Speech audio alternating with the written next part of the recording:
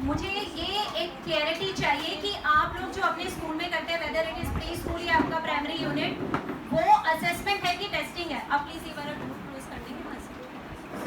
Assessment करते हैं कि टेस्टिंग करते हैं? Yes, assessment after testing. Testing किस फॉर्म में करते हैं आप? एग्जाम लेते हैं, फिर उस टेस्टिंग की असेसमेंट कैसे करते हैं? आपको लगेगा मैडम सब मेरे से हमसे ही पूछ रही है। उस टेस्टिंग की हम असेसमेंट कैसे करते हैं? हाँ, मैट्रिक्स निकालते, sem 1 sem 2 FA1 formative assessment summative assessment. Actually जो टर्म असेसमेंट है it has been misused. Testing और असेसमेंट का एक्चुअल मीनिंग क्या है? ये हमेशा आजकल अगर हम स्कूल में देखें, in recent years the term it has been misused, और ज़्यादातर जो असेसमेंट के नाम पे हम कर रहे हैं दैट इज़ टेस्टिंग, कि टेस्टिंग से ही हम the vitality of the programme and the abilities of the children वो असेस कर रहे हैं। It is actually testing. जो आप एग्ज़ाम लेते हैं, एग्ज़ाम करके आप ग्रेडिंग करेंगे, it is totally basically testing. ये असेसमेंट नहीं है। Assessment is a continuous process. Next.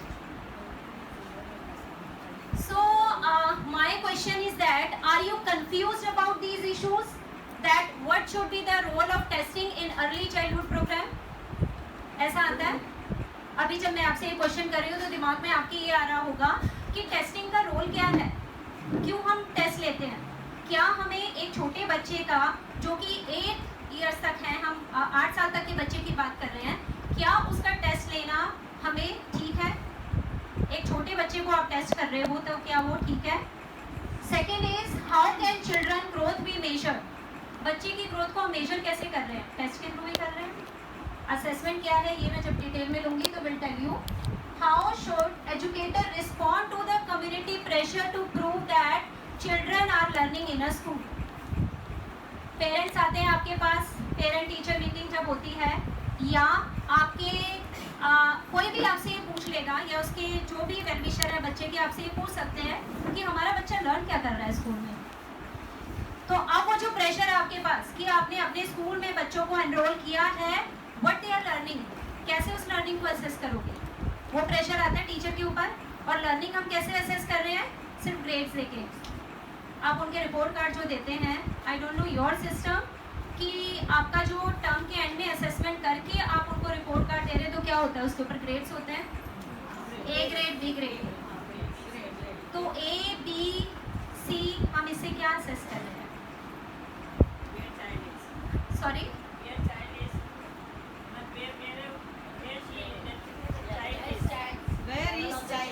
Where is child. Yes, तो ए ग्रेड से असेस होता है कि कहाँ पर बच्चे की ग्रोथ कहाँ है। बी ग्रेड से असेस होता है until unless you don't support the grading with the narratives. Child is able to count 1 to 100. Child is able to count 1 to 50. Grading आपने कर दी, आपने अगर आपको आपने उसको काउंटिंग सिखाई है 1 to 50 और आप उसका जो है नंबर कॉन्सेप्ट जानना चाहते हैं, you are taking test of dodging, right? तो डॉजिंग में हो सकता है जो आपने एक पर्टिकुलर टेस्ट लिया है उसमें child is not able to answer, तो क्या उसको 1 से 50 तक की काउंटिंग नहीं आती है? यस, वो मैं रिपोर्ट कार्ड जब लूंगी कि हम कैसे रिपोर्ट कार्ड दे रहे हैं। बेसिकली हमारा जो असेसमेंट मेथड है इट इज़ रॉन्ग, हम गलत तरीके से असेसमेंट कर रहे हैं। जो असेसमेंट का बेसिक कॉन्सेप्ट था उसको तो हम कहीं भूल ही गए हैं। हम सिर्फ उनको जो है टेस्ट करके उनके ग्रेड हम दे रहे हैं without supporting any kind of narratives कि बच्चा क्या, whether the child is able to read a complete sentence, वो तो हम बता नहीं रहे। राइटिंग स्किल्स, रीडिंग स्किल्स को हम ए बी सी में उसको हम नंबर करके दे रहे हैं। नरेटिव इट्स वेरी गुड, वो भी मैं आगे आपको डिटेल में बताऊंगी कि नरेटिव से कैसे आप अपने रिपोर्ट कार्ड को सपोर्ट कर सकते हो। So these are the questions which should come in your mind कि when you are a educator in the early childhood education programme और प्राइमरी स्कूल।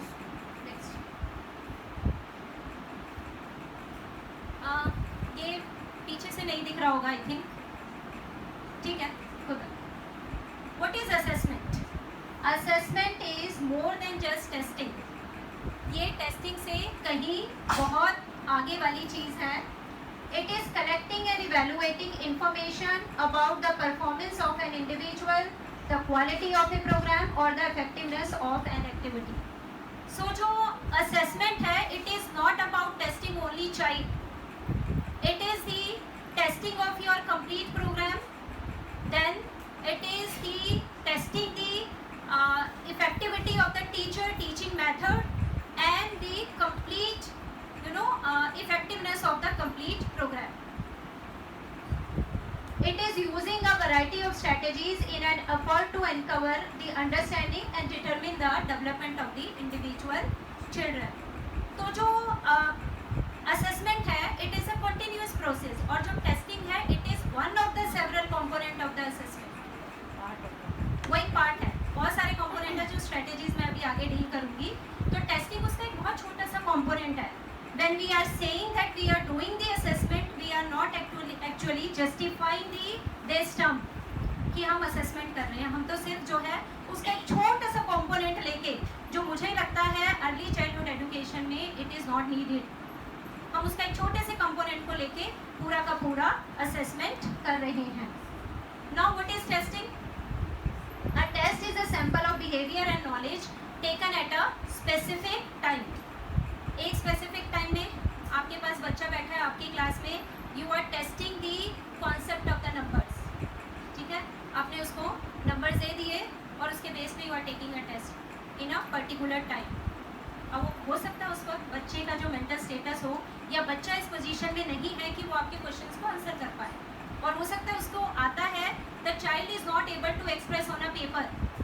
तो वो स्पेसिफिक टाइम में आपने एक टेस्ट लेके उसको असेस कर लिया कि इसको जो 1 से 50 तक की काउंटिंग है, इसको वो नंबर नहीं आते हैं, and the child has got C grade या B grade. Right? Testing may be one component of collecting data for assessment purpose, but it is only in the evaluating of data that assessment happens. तो testing को हम क्या कर सकते हैं? बहुत बड़ा असेसमेंट प्रोसेस है, उसमें टेस्टिंग को एक कंपोनेंट की तरह इस्तेमाल कर सकते हैं जहाँ पर you feel that it is needed. बाकी असेसमेंट एक बहुत लंबा प्रोसेस है जो कि टाइम टेकिंग है, और असेसमेंट एक छोटा सा उसका कंपोनेंट है जिसे हम उस पर्टिकुलर असेसमेंट के लिए इस्तेमाल कर सकते हैं.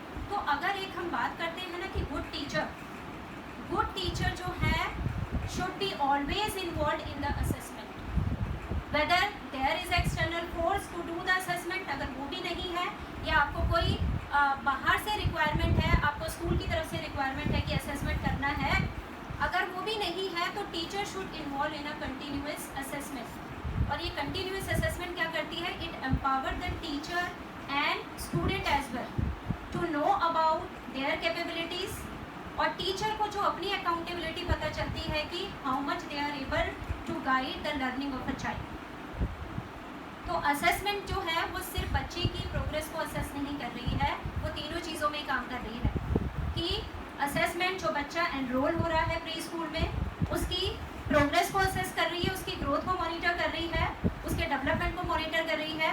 साथ में जो टीचर है, टीचर की अकाउंटेबिलिटी कि how much teacher is satisfied for their effectivity of to teach the child और to guide the child learning. साथ में जो अर्ली चाइल्डहुड प्रोग्राम है उसकी इफेक्टिवनेस. तो टोटल असेसमेंट जो है, it is not only just testing a child in a particular time. Assessment is a long process and it should be continuous.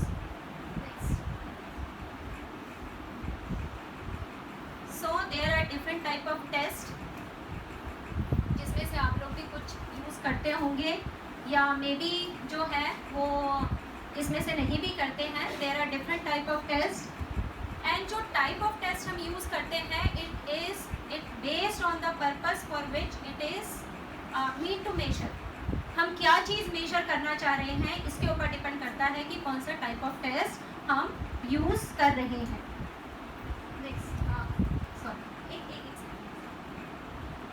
There are different type of test: achievement test, developmental test, readiness test, standardized test, screening test, reliability and validity. Next. So तो जो एक assessment है, assessment सिर्फ ये नहीं है कि हमने सिर्फ असेस कर लिया, उसका पर्पस क्या है हमें ये पता होना चाहिए, क्योंकि जैसे आप बच्चे की वेट और हाइट मेजर करते हैं तो इसे मेजर करके ऐसा तो नहीं है कि आपने मेजर कर लिया और child is automatically growing. It is like that कि आपने हाइट वेट मेजर कर लिया है, पर बच्चे की ग्रोथ को हमें श्योर करने के लिए हमें उसको जो है अलग अलग फिर उसको अलग तरीके से हमें एनवायरनमेंट प्रोवाइड कराना पड़ेगा। इसी तरीके से जो असेसमेंट है, assessment should have a purpose कि वो असेसमेंट के बेस पे we are able to modify our method of instruction, we are able to modify the objective of our program, तब असेसमेंट का एक्चुअल पर्पस सॉल्व होता है। Yes, achievement test, a test that measures the extent to which a person has mastery over a certain body of information or possess a certain skill after instruction has taken place. आपने class में instructions दे दिए बच्चे को, उसके बाद आपके instruction के बाद अचीवमेंट टेस्ट ये मेजर करता है कि उस पर्टिकुलर टॉपिक पे जिस पे आपने इंस्ट्रक्शंस दिए हैं या कोई पर्टिकुलर स्किल बच्चे को सिखाई है, वहाँ पर उसने कितनी मास्टरी हासिल की है, उसको उससे कितनी नॉलेज गेन हुई है। जैसे मैंने अभी एग्जांपल दिया था कि आपने क्लास में जो है 1 to 50 तक का काउंटिंग सिखाया। अब वो 1 to 50 का काउंटिंग कराने के बाद you are taking a test of dodging, like तो वो नंबर कॉन्सेप्ट बच्चा कितना सीख पाया है, you are assessing through the achievement test. जो आप टेस्ट ले रहे हैं that is the achievement. There are number of standardize achievement test जो मैं यहाँ पर डिस्कस नहीं करूँगी, but yes achievement test is कि आप उसका नंबर कॉन्सेप्ट जो है वो डॉजिंग के through you are assessing a child. Second is developmental test, an age related norm reference assessment of a child skill and behaviour compare to those of children of the same chronological age. तो जो developmental test है, developmental test में हम क्या करते हैं, there are certain norms जो हम बच्चों को उसकी साथ के बच्चों से कंपेयर करके, डेवलपमेंटल स्टैंडर्डाइज डेवलपमेंटल नॉर्म्स होते हैं कि इस एज के बच्चे को ये पर्टिकुलर स्किल आनी चाहिए या उसका behaviour according to developmental stage ये होना चाहिए। तो यहाँ पर डेवलपमेंटल टेस्ट में हम क्या करते हैं, उसके लेवल को उसके बाकी के जो एज मेट्स हैं उनसे कंपेयर करके हम उसका लेवल असेस करते हैं। These tests often involve, यहाँ पर डेवलपमेंटल टेस्ट में हम क्या क्या चीज़ें देखते हैं, generally these are basic examples, उसमें भी बाकी भी बहुत सारी चीज़ें हम इंक्लूड कर सकते हैं, like drawing a geometric figure, these are just examples, bouncing balls, balancing on one feet and repeating series of numerals or words, these are just example। इसके अलावा भी हम जब डेवलपमेंटल टेस्ट करते हैं तो उसमें बाकी जो डेवलपमेंट के हिसाब से पर्टिकुलर स्किल या बिहेवियर बच्चे के अंदर आना चाहिए, that we can include. Next, readiness test.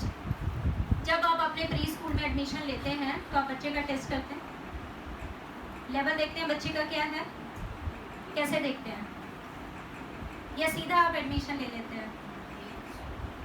हाँ, एज फैक्टर जैसे ओके कि अगर 3 इयर्स का है तो ready to go in nursery school, अगर 4 इयर्स का है तो पर्टिकुलर जो है वो स्टैंडर्ड में आना चाहिए। यस, लेकिन आप ऐसा चाइल्ड को असेस करते हो कि अभी उसका प्रेजेंट लेवल क्या है, कि उसको नंबर कॉन्सेप्ट है, child is able to read words, ये देखते हैं हम, काफ़ी स्कूल्स में होता है, वो बच्चे का इंटरव्यू लेते हैं। ओके, हाँ, बच्चे से ओरली जो है वो क्वेश्चंस पूछते हैं। बाकी कई स्कूल हैं वो वर्ड रिकॉग्निशन करा के फिर नंबर रिकॉग्निशन करा के बच्चों से पूछते हैं। तो वो बच्चे का मतलब वो रेडीनेस टेस्ट है कि whether the child is prepare to go into the formal kind of instruction. Pre school तो फॉर्मल नहीं है, बट जब प्राइमरी स्टैंडर्ड में आता है तब प्री स्कूल में भी एक certain kind of informal test they are taking. A test that assesses a child level of preparedness for a specific academic and pre-academic program. तो pre-academic is आपका प्री स्कूल, तो ये एक लेवल ऑफ जो बच्चे का लेवल ऑफ प्रिपेयर्डनेस है उसको असेस करता है कि वो जो प्री एकेडमिक प्रोग्राम में आ रहा है कि एकेडमिक प्रोग्राम में, वहाँ पर उसको सर्टेन टेस्ट दे के बच्चे को असेस किया जाता है. These tests are supposed to predict a child's success in coping with an instructional program. तो इसका पर्पस क्या है देने का? इसका पर्पस क्या है कि whether the child is prepared to cope with the instructional program. क्योंकि घर में जो होता है, घर में जब बच्चा होता है तो वहाँ पर उसको कोई पर्टिकुलर ऐसा they are not they are not supposed to follow the instructions. घर में पेरेंट्स जो है नॉर्मली बात कर रहे हैं, बट वो एक फॉर्मल ऐसे इंस्ट्रक्शनल एनवायरनमेंट नहीं होता कि उनको वो फॉलो ही करना है. तो यहाँ पर they are just checking the preparedness of a child to follow the instructional program. Readiness tests are often involves recognizing letters and numerals, जो कि जनरली स्कूल्स में करते हैं, to find object that go together. साथ में जो है अलग अलग ऑब्जेक्ट आपने दो जगह रख दिए, आप उसमें से बच्चे को बोल सकते हैं now sort out the object that can go together. जैसे फॉर एग्जांपल एक तरफ आपने पेंसिल, रबर, शार्पनर ये रख दिया, सेकंड उस साइड पे आप रख रहे हैं गार्डनिंग से रिलेटेड इक्विपमेंट्स, तो वहाँ पर आप उसमें से चूज़ करके आप बच्चों को असेंबल करके आपने जो है वो दोनों को मिक्स करके रख दिया. Now the you can ask the child कि इसमें से ऐसे ऑब्जेक्ट निकालो that can go together. To recognize object that are not the same as other object in a set. ये भी इस तरीके से देख सकते हैं कि अलग अलग मटेरियल आपने रख दिया है, उनमें से कोई एक ऑब्जेक्ट आप यस गर्ल्स पीछे बैठ, उनमें से आप बोलो कि ऐसा एक ऑब्जेक्ट निकालो जो ये सारे सेट के साथ नहीं जाता है. तो ये हम इससे we can see the readiness of the child to follow the instructional program. Next is screening test. ये रेडीनेस टेस्ट तो हम करते हैं आई थिंक, जो आपने बोला कि आप ओरली चाइल्ड से पूछ लेते हैं, that is actually the readiness test. कहीं पर किसी किसी स्कूल्स में बहुत ज़्यादा फॉर्मल होता है, पर किसी किसी स्कूल में इनफॉर्मली ओरली बच्चे से पूछ के रेडीनेस उसकी देख लेते हैं. Screening test. A test is used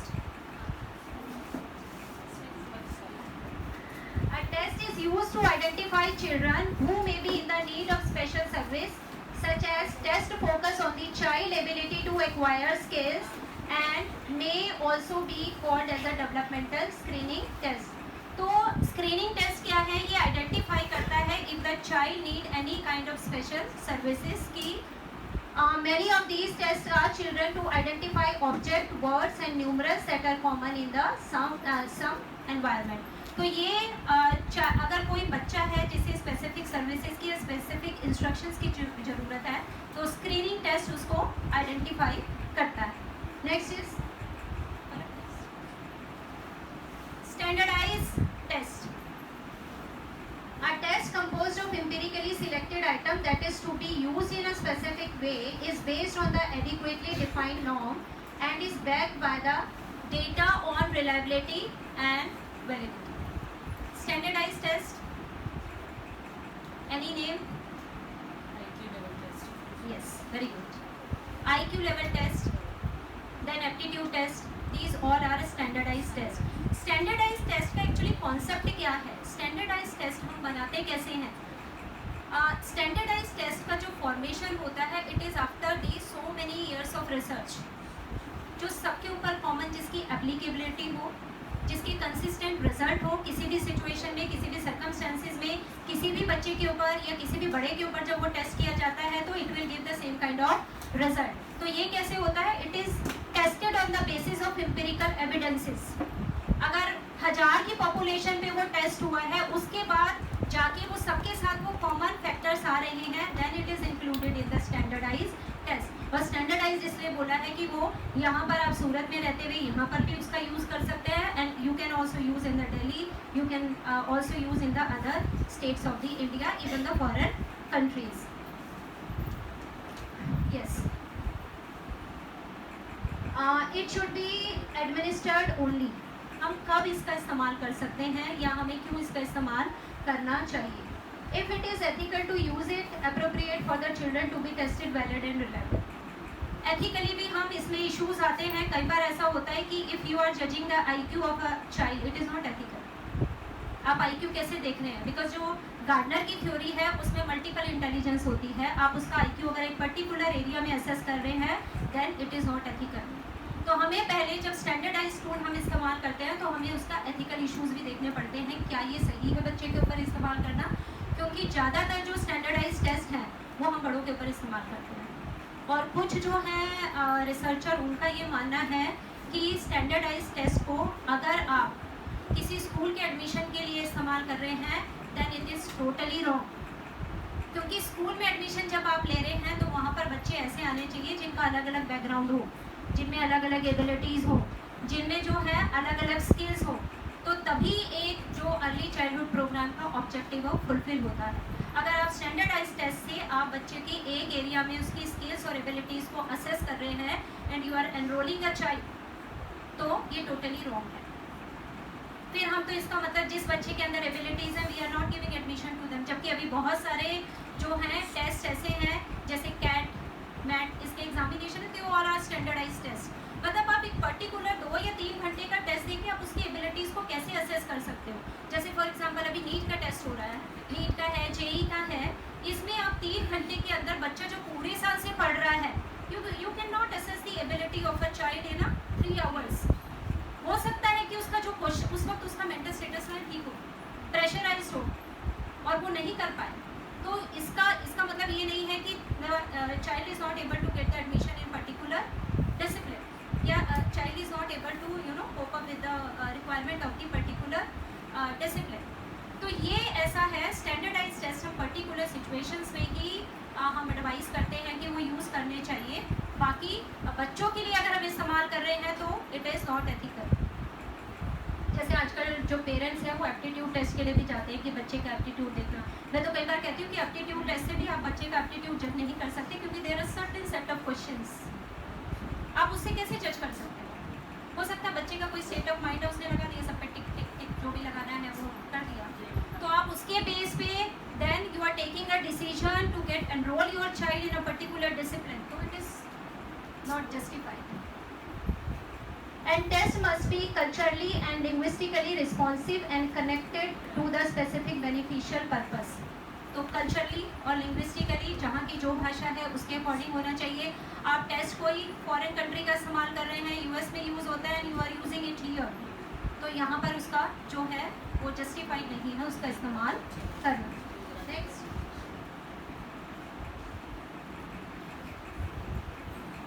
now we come to the reliability. For example, you are making a tool to assess a child. अब हमें उसकी reliability को check करना पड़ेगा। Then what is reliability?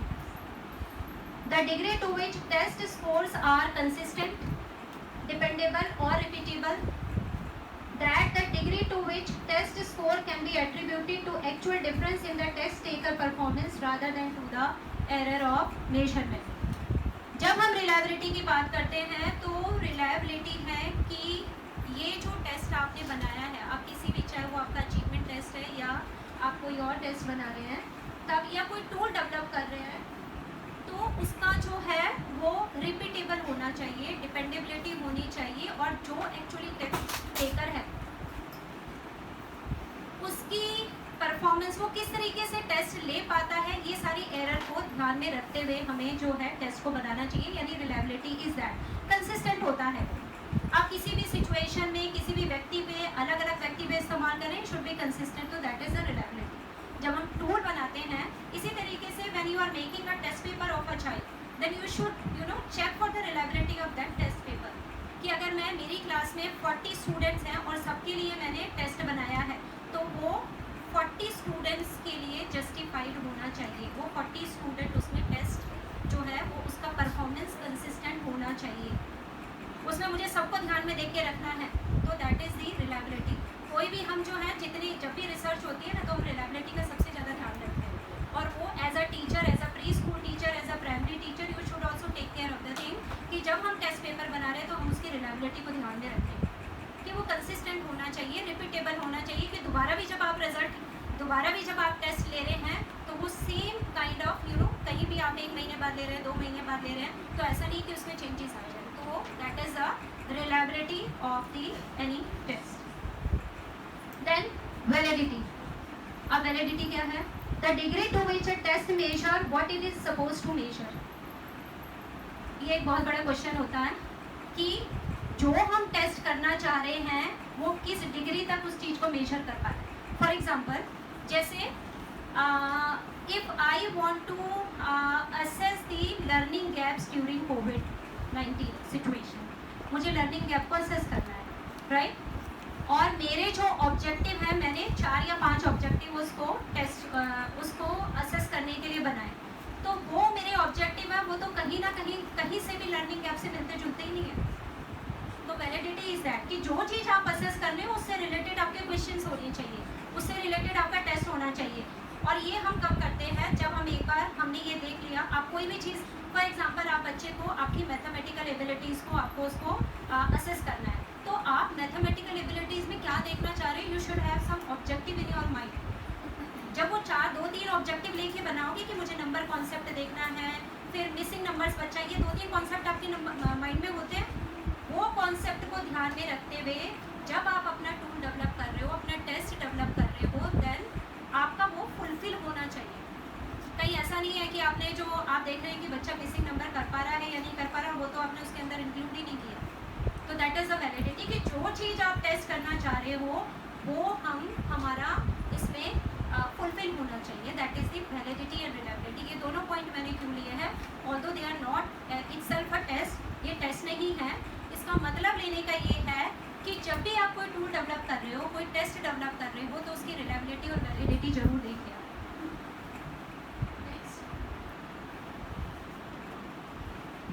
अब आता है there are number of strategies for the assessment. ठीक है, अब हम आए हैं एक्चुअल पे असेसमेंट में। अभी तक तो हम टेस्टिंग कर रहे थे कि जो हम रोज स्कूल्स में इस्तेमाल करते हैं। असेसमेंट क्या है, अब आप अपने आप को लोकेट करना कि इन सारे असेसमेंट मेथड में से हम कौन कौन सा इस्तेमाल करते हैं, और आई एम श्योर कि इसमें से हम कोई भी इस्तेमाल नहीं कर रहे। तो जो अर्ली चाइल्डहुड एजुकेशन प्रोग्राम का ऑब्जेक्टिव है वो है कि हम इस असेसमेंट पैटर्न को लेके चलें, हमें टेस्ट नहीं लेना। तो ये एक्चुअली क्या है, there are different types of strategies for the assessment. इन सब में से किसी एक को अडॉप्ट करने के लिए मुझे सबसे पहले ये सोचना है कि मुझे असेस क्या करना है, और ये असेस जो मुझे करना है मैं उसका इस्तेमाल किस लिए करना चाहती हूँ, मतलब मैं इससे क्या निकालना चाहती हूँ अगर ये मुझे असेसमेंट करना है। तो बहुत सारे हमारे पास मेथड हैं, जैसे टैलीज है, रनिंग नरेटिव्स और logs, incidental record, anecdotal records, checklist and rating scale, record of conversation, conference and interviews, rubrics, parental questionnaire and self evaluation. कुछ ऐसा ध्यान आ रहा है कि इसमें से हम कोई मेथड इस्तेमाल करते हैं? यस, हाँ, सेल्फ इवैल्यूएशन। सेल्फ इवैल्यूएशन आप बच्चे को देते हैं करने के लिए? आपकी इवैल्यूएशन नहीं, आई am talking about a child. हम बच्चे को सेल्फ इवैल्यूएशन के लिए देते हैं। ये है असेसमेंट एक्चुअली। क्या हम चेकलिस्ट इस्तेमाल कर रहे हैं, क्या हम रेटिंग स्केल इस्तेमाल कर रहे हैं, क्या हम रूब्रिक्स इस्तेमाल कर रहे हैं, और they are actually very easy to incorporate, very easy to make, बहुत छोटी छोटी चीज़ों में। और मैं ये एक्सपेक्ट करूँगी टीचर्स कि अगर ये असेसमेंट का मैंने टॉपिक आपको पढ़ाया है, ये असेसमेंट का टॉपिक हमने इस ट्रेनिंग प्रोग्राम में दिया है, तो एटलीस्ट इसमें से 2 या 3 आप अपनी क्लासरूम में इस्तेमाल करें। तभी आप अपने आप को जिसे जस्टिफाई कर पाते हैं। हम ये कह सकते हैं, जब आपके पास कोई पेरेंट्स आएंगे ना, तो आप जो पेरेंट्स कॉन्फ्रेंस होती है उसमें बड़े प्राउड के साथ आप कह सकते हो कि we are using this kind of assessment method. We are not the traditional teachers, we are different.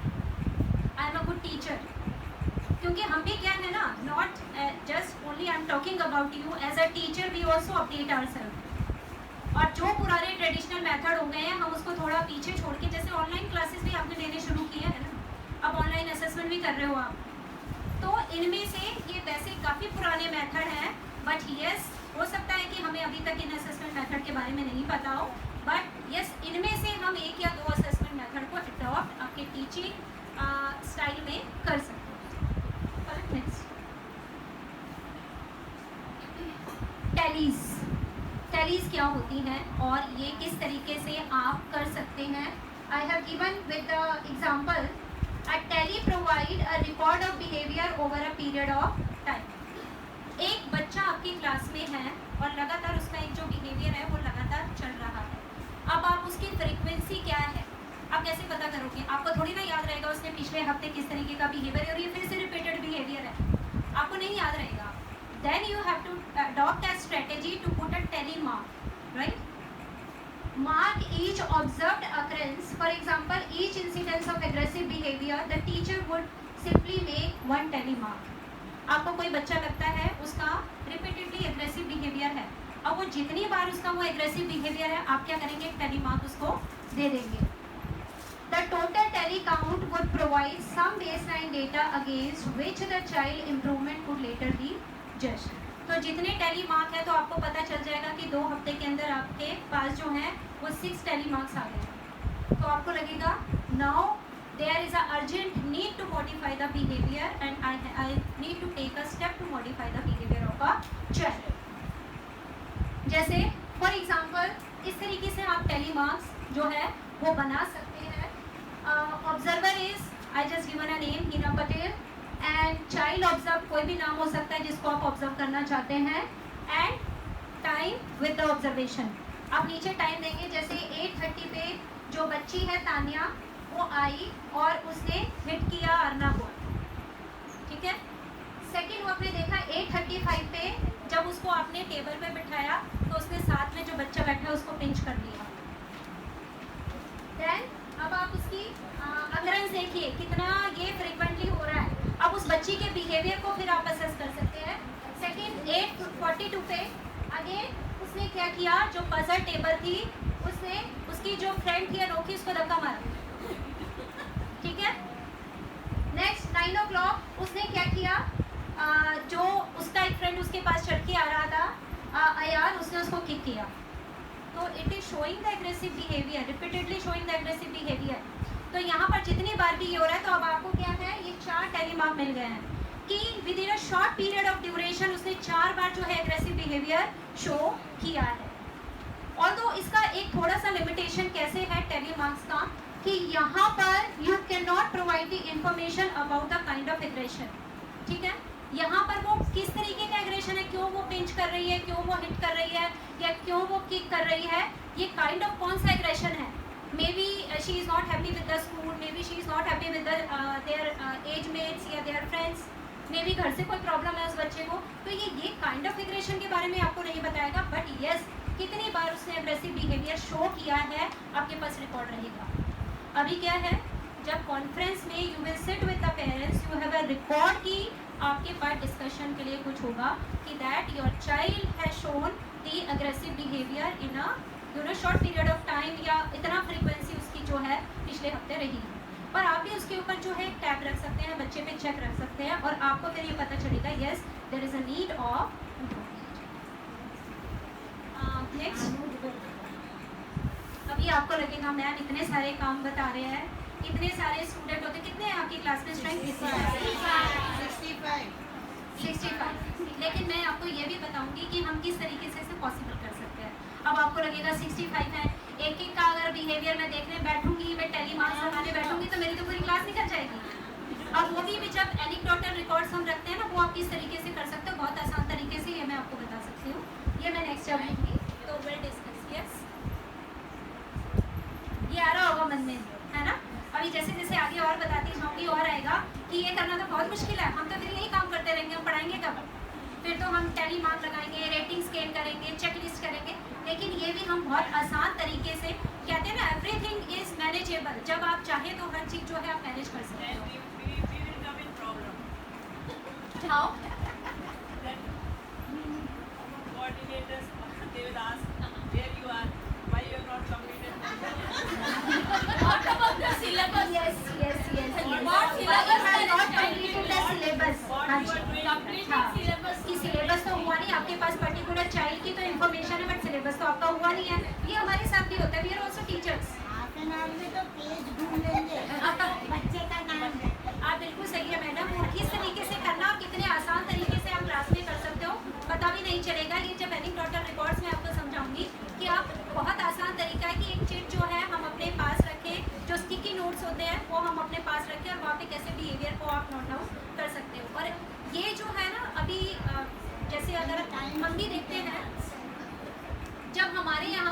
अभी हमने यूनिवर्सिटी में नया प्रोग्राम बना और उसमें नए प्रोग्राम में हमारा कंटिन्यूअस असेसमेंट आ गया सबके अंदर। हमें भी लगता था कि 1 घंटे का लेक्चर होगा या हमारे पास वही नंबर ऑफ लेक्चर्स या नंबर ऑफ आवर्स तो लिमिटेड है, कैसे कंटिन्यूअस असेसमेंट करेंगे हम। और वो 60 मार्क्स का हमें क्लास में मार्क्स देने हैं, हमें क्विज भी लेना है, ग्रुप डिस्कशन करना है, हमें असाइनमेंट भी लेना है, प्रेजेंटेशन भी। तो हम पढ़ाएंगे कि ये लेंगे? उसके लिए तो टाइम देना है। अगर मुझे प्रेजेंटेशन देना है, मेरी क्लास में 10 बच्चे हैं तो मुझे तो कितनी देर चाहिए? अगर मैं 20 मिनट एक बच्चे को देती हूँ तो मुझे बहुत सारा समय चाहिए ना। तो ये हमारे मन में भी आया था, but we are managing it. हमने अपना पूरा successfully we have completed 1 semester, we have submitted the result also, result भी डिक्लेयर हो गया है और हम वो continuous assessment along with our lectures and syllabus we are doing. तो वो कहते हैं ना, when there is a will there is a way. हम अगर करना चाहें हम बहुत कुछ कर सकते हैं। वो मैं अभी आगे आपको बताऊंगी कि कैसे किया जा सकता है। यस, रनिंग नरेटिव्स और लॉग्स, ये भी एक तरीका है करने का। इसमें हम क्या करते हैं, अ रनिंग नरेटिव और log record the activities of the day. सिर्फ आपको क्या है, पूरे दिन की एक्टिविटी को रिकॉर्ड करना है। It may help the teacher recall how often and when an activity has been offered and provide a general record for the children and parents who may enjoy recalling a certain day or activity।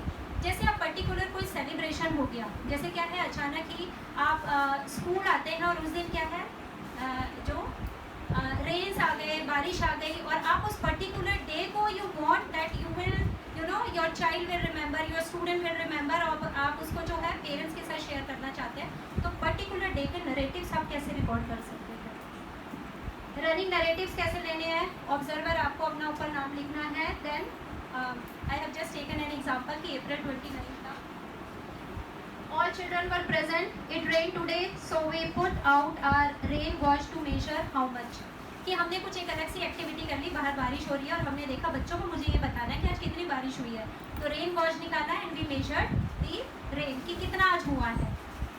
Then recited a poem about the rain, learn about clothes to wear in the rainy season. तो ये particular rain से related आपका करवाते आप सब वो ये सब। लेकिन क्या है, वी डोंट रिकॉर्ड इट। तो एक पर्टिकुलर डे को आपने किस तरीके से स्पेशल बनाया, you can record it in the running narratives. फिर उसके बाद आपने जो है नेक्स्ट डे क्या किया, नेक्स्ट डे आप रिकॉर्ड कर सकते हैं कि क्लास में सारे बच्चे प्रेजेंट थे लेकिन Parthi and Jiya they were absent. Favourite craft activity उस दिन क्या किया आपने, क्ले मॉडलिंग से क्या किया, यानी करवा तो आप सब रहे हो, बच्चों ने fruits and vegetable clay modelling से किए लेकिन वी डोंट रिकॉर्ड इट। तो यहाँ पर आप उस एक्टिविटी को रिकॉर्ड कर सकते हो। ये आपके पास जो है आपकी बहुत बड़ी एसेट है एज अ टीचर। जब आप पिछले 2 या 3 सालों में देखेंगे ना, अभी तो आपको आई थिंक 20-25 ईयर्स भी हो गए, ऐसे टीचर्स भी हैं यहाँ पर। तो जब आप पुराने सालों में अपने रिकॉर्ड को देखते हैं ना, एज अ टीचर हमारे पास भी अपना कुछ सेंस ऑफ एक्म्प्लिशमेंट होता है। अब जैसे हमारे यहाँ बच्चे असाइनमेंट करते हैं तो उसमें से कुछ जो अच्छे असाइनमेंट्स हैं या कुछ अच्छे प्रेजेंटेशन है हम अपने रिकॉर्ड के लिए रखते हैं। Then we assess our assessment pattern कि क्या जो मैंने असेस किया है वो सही है, मेरा पैटर्न क्या है, कहाँ मुझे इम्प्रूवमेंट की ज़रूरत है। तो ये जो रनिंग नरेटिव्स हैं, ये जब आप इस तरीके से एक्टिविटी रिकॉर्ड करते हैं तो आपके पास आपकी एक दौलत है, पूंजी है। तो आप ये बता सकते हैं, पेरेंटल कॉन्फ्रेंस है उसमें you can discuss about a particular child, about the growth of a particular child. अभी तो सिर्फ क्या है, हम एक बच्चे के बारे में उसके रिपोर्ट कार्ड को लेके बैठते हैं, थोड़ा थोड़ा अगर जैसे बोले नरेटिव्स भी इस्तेमाल करते हैं वहाँ पर, लेकिन वो बहुत डिटेल में नहीं होते हैं। तो ये धीरे धीरे over a period of time you can develop about the growth of a individual child. Next, incident record. कभी खास दिन पे कोई चीज़ हुई है, an incident record document the details of an isolated incident. अब ये कैसे कर सकते हैं, the amount of information provided by such a record is limited but there are times when it is useful। कोई बच्चा किसी दिन खास तरीके का बिहेवियर शो करता है, जैसे आपने क्लास में एक बच्चे को देखा है, वो अपने आप कभी भी आपके यहाँ स्टोरी बुक्स पढ़ी रहती हैं, वो कभी भी अपने आप नहीं आता और कभी भी वो स्टोरी बुक को चूज़ नहीं करता, लेकिन उस दिन आपने देखा कि उसने आया, उसने जो है अपने आप से स्टोरी बुक उठाई और वो अपने आप से वो स्टोरी बुक को पढ़ने बैठा। तो ये क्या एक स्पेशल इंसिडेंट है अबाउट अ चाइल्ड, तो यू कैन रिकॉर्ड इट। वहाँ पर you can see the progress of a child. See teachers, जब भी हम प्रोग्रेस की बात करते हैं या हम स्टूडेंट को असेस करते हैं, हमें दूसरे बच्चे के साथ उसको असेस नहीं करना है, हम ये देखेंगे over a period of time बच्चे की खुद की जो परफॉर्मेंस थी उसके प्रीवियस लेवल से उसके अंदर कितना उसने प्रोग्रेस किया है। अगर एक बच्चा कभी भी क्लास में बैठा है, वो आता है और आके सिर्फ बैठता है, बिल्कुल किसी से इंटरेक्ट नहीं कर रहा, और उस दिन उस बच्चे ने आया, अपने आप से गया, स्टोरी बुक उठाई और अपने आप से बैठ के वो रीड करने लग गया, तो it was the incidental record. आप इसको रिकॉर्ड कर सकते हैं। Next, narratives. रनिंग नरेटिव्स अलग थे, now narratives. A narrative can describe the behavior of one child or a group of children at a particular time, such as arrival time or snack time. तो यहाँ पर narratives क्या है, particular time में। वो narrative जो running narratives है, आप कभी भी दिन में जो है उसको एक पर्टिकुलर चीज़ के लिए रिकॉर्ड कर सकते हैं। यहाँ पर एक टाइम में बेशक बच्चों का अराइवल टाइम है या स्नैक टाइम है, उस टाइम पे उनका behaviour. Although narratives are usually general in nature, they can provide useful information on which the teacher can base decision about the program on the individual children. तो narratives क्या है, वैसे तो general है नेचर में। आप किसी भी चीज़ को जो है एज ए नरेटिव, आप कोई भी आपको लगता है कि yes this is the thing that can be recorded, तो आप एज ए नरेटिव उसको रिकॉर्ड कर सकते हैं। लेकिन फ्यूचर में आपको अपने प्रोग्राम को कैसे इम्प्रूव करना है, it can provide you the base line. जैसे आई हैव गिवन एक एग्जाम्पल, ऑब्जर्वर का नाम आपको ऊपर लिखना है। आप किस तरीके से नरेटिव्स बना सकते हो, ये मैंने आपको एग्जाम्पल के साथ यहाँ पर दिया है। जैसे आपने ऑब्जर्वर का नाम लिखा, Hina Patel, just an example. किसी का नाम है तो प्लीज़ आप उसको सीरियसली मत लेना। टाइम है, arrival time 8 AM। Anaya, Tania and Anokhi arrived first and came into the room together. तीनों बच्चे जो हैं आए और एक साथ हमने आए हैं। They kept their bags on the desk and sat on their chair. उन्होंने अपने बैग को डेस्क पे रखा और चेयर पे बैठ गए। मंत्रम arrived next, उसके बाद जो है मंत्रम आया। He stepped into the room and stood barely inside the room for 5 minutes. तो वो क्या है, सिर्फ 5 मिनट तक ऐसे ही खड़ा रहा। Dhriya and Aarna walked past him to get into the room. उसके बाद 2 बच्चियाँ आती हैं, ध्रिया और आर्ना, वो उसको पास करके रूम में एंटर हो गई। But he did not move. वो एक ही जगह खड़ा रहा, उसने मूव नहीं किया। Now you have to keenly observe a child, how they arrive, how they enter in a class. वो बहुत छोटे छोटे ऑब्जर्वेशन से आप पर्टिकुलर चाइल्ड के बारे में जान सकते हो, उसका बिहेवियर वो क्यों कर रहा है ऐसा। जिसे कहते हैं, अभी आप बोलोगे कि सुबह सुबह हम इतने बिजी होते हैं, there are so many children, हम एक बच्चे के बिहेवियर को कैसे देख सकते हैं। इट इज़ पॉसिबल है ये। Then Mantram took off his bag but held it is in hands while he walked over to Sonia ma'am and asked her to help him keeping under the desk. तो वो क्या करता है कि पहले तो खड़ा रहा, फिर वो अपने बैग को उसने नहीं रखा और फिर वो सोनिया मैडम के पास गया और उसने बोला कि can you help me to put my bag on the desk. He sat on the chair and watched other children talking with each other. He took no effort to join the friends in the conversation. अब आप वो particular बच्चे के बारे में जान सकते हो। तो वो सिर्फ बैठ गया, but he did participate in any kind of conversation with the other children. बाकी के जो 3-5 बच्चे जो आए हैं, they were talking with each other in a class. वो आपस में बातें कर रहे थे, लेकिन मंत्रम है उसने किसी से बात नहीं की। तो now you can observe the behaviour और you can notice that there is something, you know, इस बच्चे के साथ जो है अभी कुछ ना कुछ प्रॉब्लम है जो वो इंटरेक्ट नहीं कर रहा। तो यहाँ पर आप उसको प्रीवियस रिकॉर्ड से ही देख सकते हैं, क्या पहले भी ऐसे ही करता था ये, या हमेशा ही क्लास में ऐसे ही एंटर होता है। और शुरू में जो मॉर्निंग आवर्स रहते हैं या जो फर्स्ट उसका पीरियड रहेगा, वहाँ पर he was not interacted with the other children. जैसे जैसे डे पास होता रहता है वो फिर थोड़ा ओपन होता है। तो यहाँ पर you can compare the children with his or her previous performance in a class. Next, अब आता है हमारा ऑब्जर्वेशन, एनेक्डोटल रिकॉर्ड्स। ये हम कैसे ले सकते हैं। When teacher observe children behavior and record their observation, they produce anecdotal records. Simply बच्चों को ऑब्जर्व करना है, उनके बिहेवियर को ऑब्जर्व करना है और रिकॉर्ड करना है। अब ये कैसे रिकॉर्ड करना है आगे डिस्कस करूँगी। तो over a period of time they produce as a anecdotal records. Kept over a period of time, these records are likely to reveal pattern of behavior that will suggest strategies for helping an individual child become more competent or supporting the child obvious growth. जब आप लगातार उनके behaviour को record कर रहे हैं तो आपके पास एक रिकॉर्ड है जिसके बेस पे अगर आपको कहीं लगता है yes this particular child need my help, आप किस तरीके से अपनी जो लर्निंग आपके जो टीचिंग मेथड है उसकी जो आप किस तरीके से उसको मॉडिफाई कर सकते हो कि उसकी ग्रोथ को सपोर्ट मिले, क्योंकि आपके पास रिकॉर्ड है. जब तक हमारे पास रिकॉर्ड नहीं होता जो भी आप मेथड इम्प्लाई कर रहे हैं वो मेथड इन जनरल आप सबके ऊपर इस्तेमाल कर रहे हैं. इसीलिए कहते हैं ना हर बच्चे के लिए हमारा जो है अलग से हमारे पास एक टीचिंग मेथड होना चाहिए हर बच्चे के ऊपर. You can not apply the same method on every child. तो ये तभी पॉसिबल है जब हमारे पास उनके बिहेवियर का हमारे पास उनके बिहेवियर की ऑब्जर्वेशन हो. It should be in the form of records.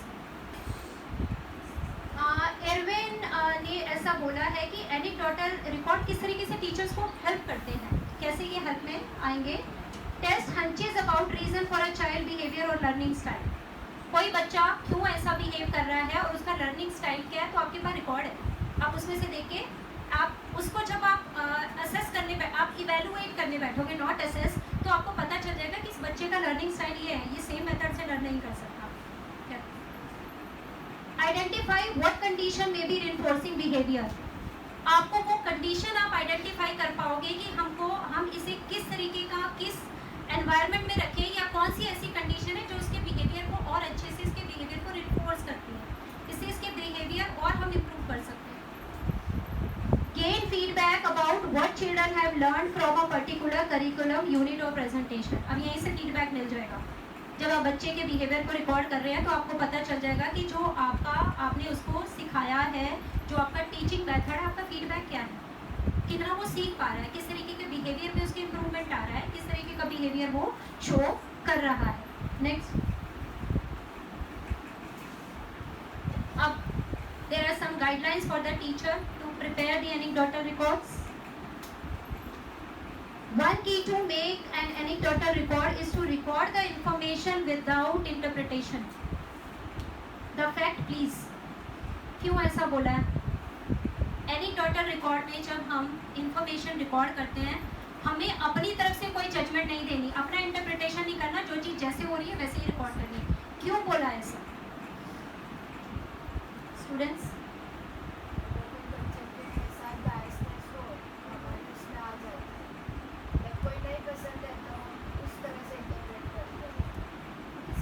Yes, ये भी it is one of the point कि टीचर की बायसनेस इसके अंदर आती है. बट मैं ऐसा क्यों बोल रही हूँ कि जैसे ही जो चीज़ हुई है उस इंसिडेंट को आपको ऐसे ही रिकॉर्ड करना है without any interpretation. Then only we can analyze, no, correctly. Interpretation से मेरा क्या मतलब है, मैं क्यों ऐसा बोल रही हूँ? कोई एग्जाम्पल? What हाँ, you yes. think about that particular child? आप उसको कैसे देखते हो? That yes. particular incident को Yes, आप कैसे देखते हो, आपका खुद का वेरी राइट कि आपका खुद का इंटरप्रिटेशन क्या है. हाँ. जैसे एक स्टूडेंट क्लास में सॉरी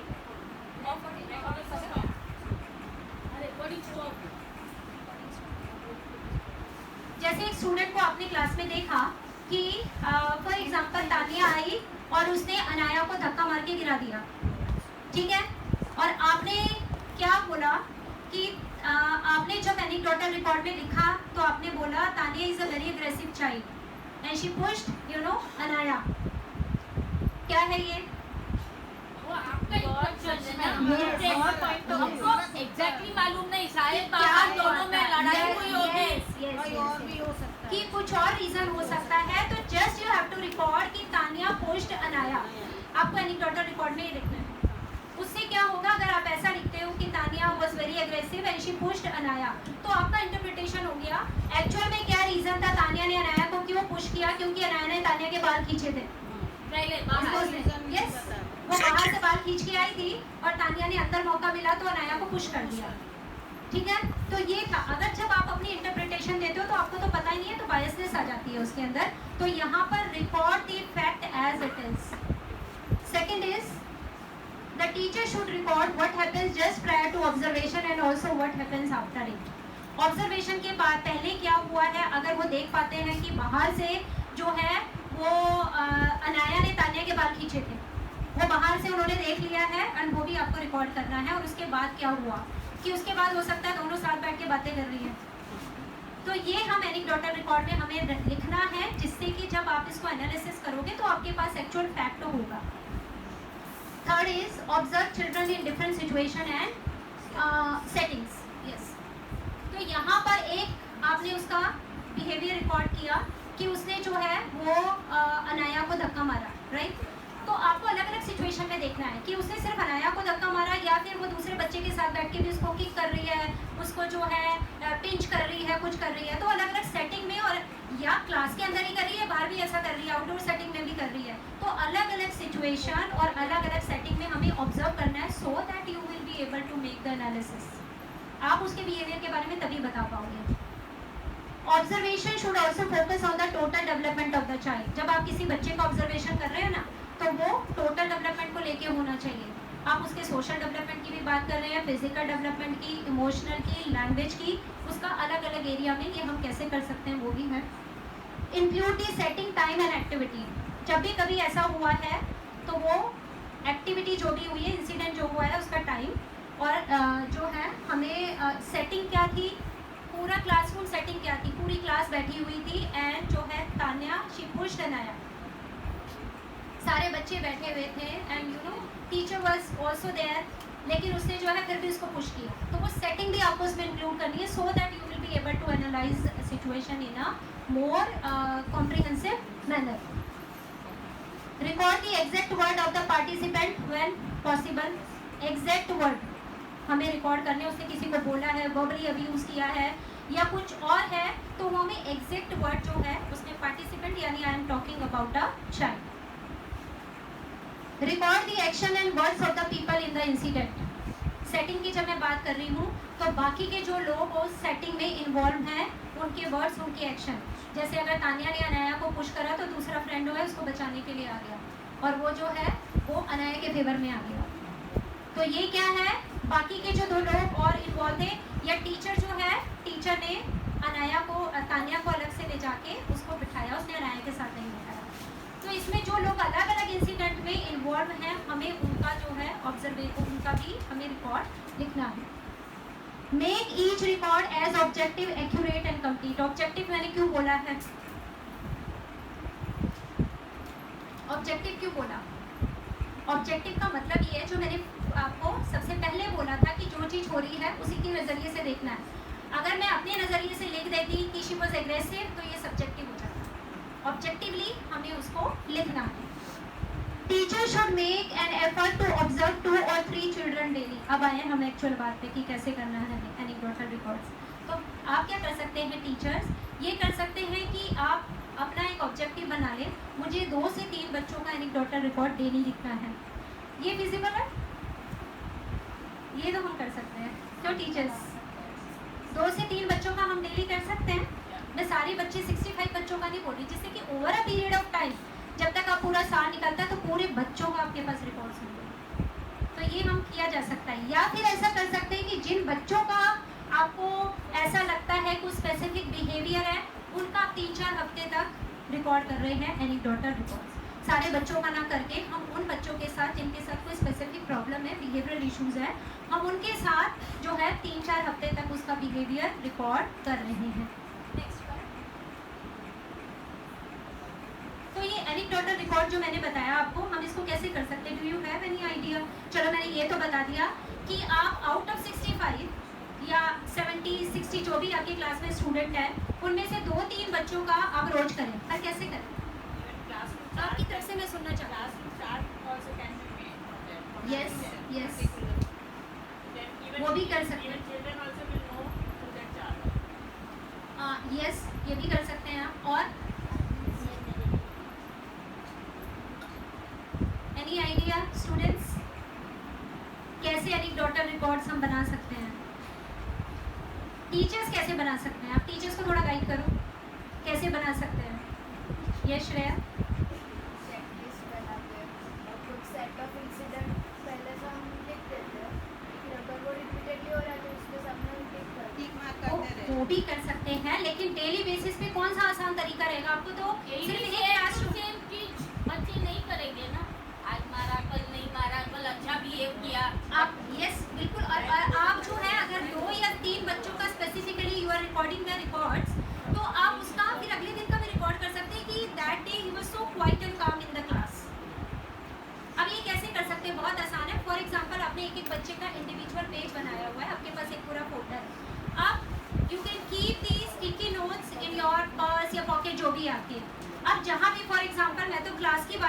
क्लास में तो आप नोट्स ले सकते हो, लिख सकते हो, लेकिन आप आउटडोर एक्टिविटी में हो, वहाँ पे कैसे करोगे? स्टिकी नोट्स है, उसके ऊपर पर्टिकुलर आपने जो है उसकी एक्टिविटी को नोट कर लिया, अब वो बच्चे के नाम के साथ नोट कर लिया, and now when you come in the classroom तो वहाँ पे वो स्टिकी नोट उसके पेज के ऊपर स्टिक कर देंगे। बहुत आसान है। और ये जब अपनी पॉकेट में रखेंगे ना, बहुत ईजी है ये, अपने साथ जब रखेंगे तो उस पर आप अपने नोट्स ले सकते हो। स्टिकी नोट्स का तो बहुत, जिसे कहेंगे ना, इसका हम ये फ़ायदा ले सकते हैं। हमारे पास बहुत सारी चीज़ें हैं लेकिन हम उसका इस्तेमाल नहीं करते, तो ये स्टिकी नोट्स आप बाहर एक्टिविटी में लेके जा रहे हो, आप उनको प्रेयर के लिए, अब प्रेयर तो क्लास में ही होती है, या बाहर और किसी चीज़ के लिए जा रहे हो तो आपके पास हमेशा है। आप क्लास में भी मूव कर रहे हो तो आपके पास है, आप वहाँ पे भी जाके एक पेज पे छोटा जो है बहुत डिटेल में नहीं लिखना, पर आप उसको नोट डाउन कर सकते हो। तो इस तरीके से आप डेली बेसिस पे या तो 2-3 बच्चों का कर सकते हो, या कुछ ऐसे बच्चे आइडेंटिफाई कर लो कि यस आपको इन बच्चों का डिटेल में इनके पेरेंट्स के साथ you want to discuss the progress of a particular child, तो उनकी स्टिकी नोट्स आप बना के उनके पेजेस के ऊपर यू कैन स्टिक। ठीक है, आसान है। यस, आप जैसे बाकी जो सब्जेक्ट टीचर है आप उनसे भी जो है ये ऑब्जर्वेशन आप देख सकते हैं, and you can analyse the student performance in different subject. हो सकता है टीचर्स, मुझे बहुत ऐसा अग्री होते नज़र नहीं आ रहे टीचर्स, हो सकता है ये कर सकते हैं एटलीस्ट 2-3 बच्चों का। तो हम अगर 2-3 हफ्ते तक सिर्फ 2 ही बच्चे लेते हैं जिनका आपको लगता है there is a need of improvement, हम उनका कर सकते हैं।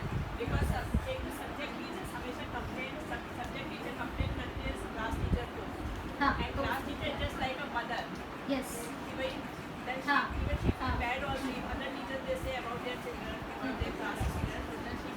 तो सब्जेक्ट टीचर जो है वो कंप्लेन करती है मदर टीचर को, तो यहाँ पे you can assign the work to the subject teacher also, कि आप ये स्टिकी नोट रखो, जब मेरा बच्चा ये बिहेवियर कर रहा है आप उसमें नोट डाउन कर लो, और जब हम इसका पूरा मंथली इसकी प्रोग्रेस को रिव्यू करेंगे then we will come to know कि हम यहाँ किस तरीके से साथ बैठ के इम्प्रूवमेंट ला सकते हैं। ये सारे असेसमेंट का मतलब यही है, असेसमेंट का मतलब नहीं है only mother teacher has to assess, सारा कॉम्प्रिहेंसिव असेसमेंट कैसे आप साथ मिलके कर सकते हो एज अ टीम, होता है ना। पूरा जो एक आपका अर्ली चाइल्डहुड प्रोग्राम है या आपका प्राइमरी स्कूल है, तो वहाँ पर आपकी एक टीम है, अब वो टीम जो है वो पूरे बच्चों के प्रोग्रेस के लिए काम कर रही है, तभी असेसमेंट हो, तभी एक्चुअल में जो असेसमेंट का मेन ऑब्जेक्टिव है फुलफिल हो पाता है, राइट। तो ये अब मैं कैन आई एक्सपेक्ट कि now teachers will work on the anecdotal records, करेंगे 2-3 बच्चों का करेंगे, तो अब जब आपका असेसमेंट होगा ना मैं विजिट करूँगी वहाँ,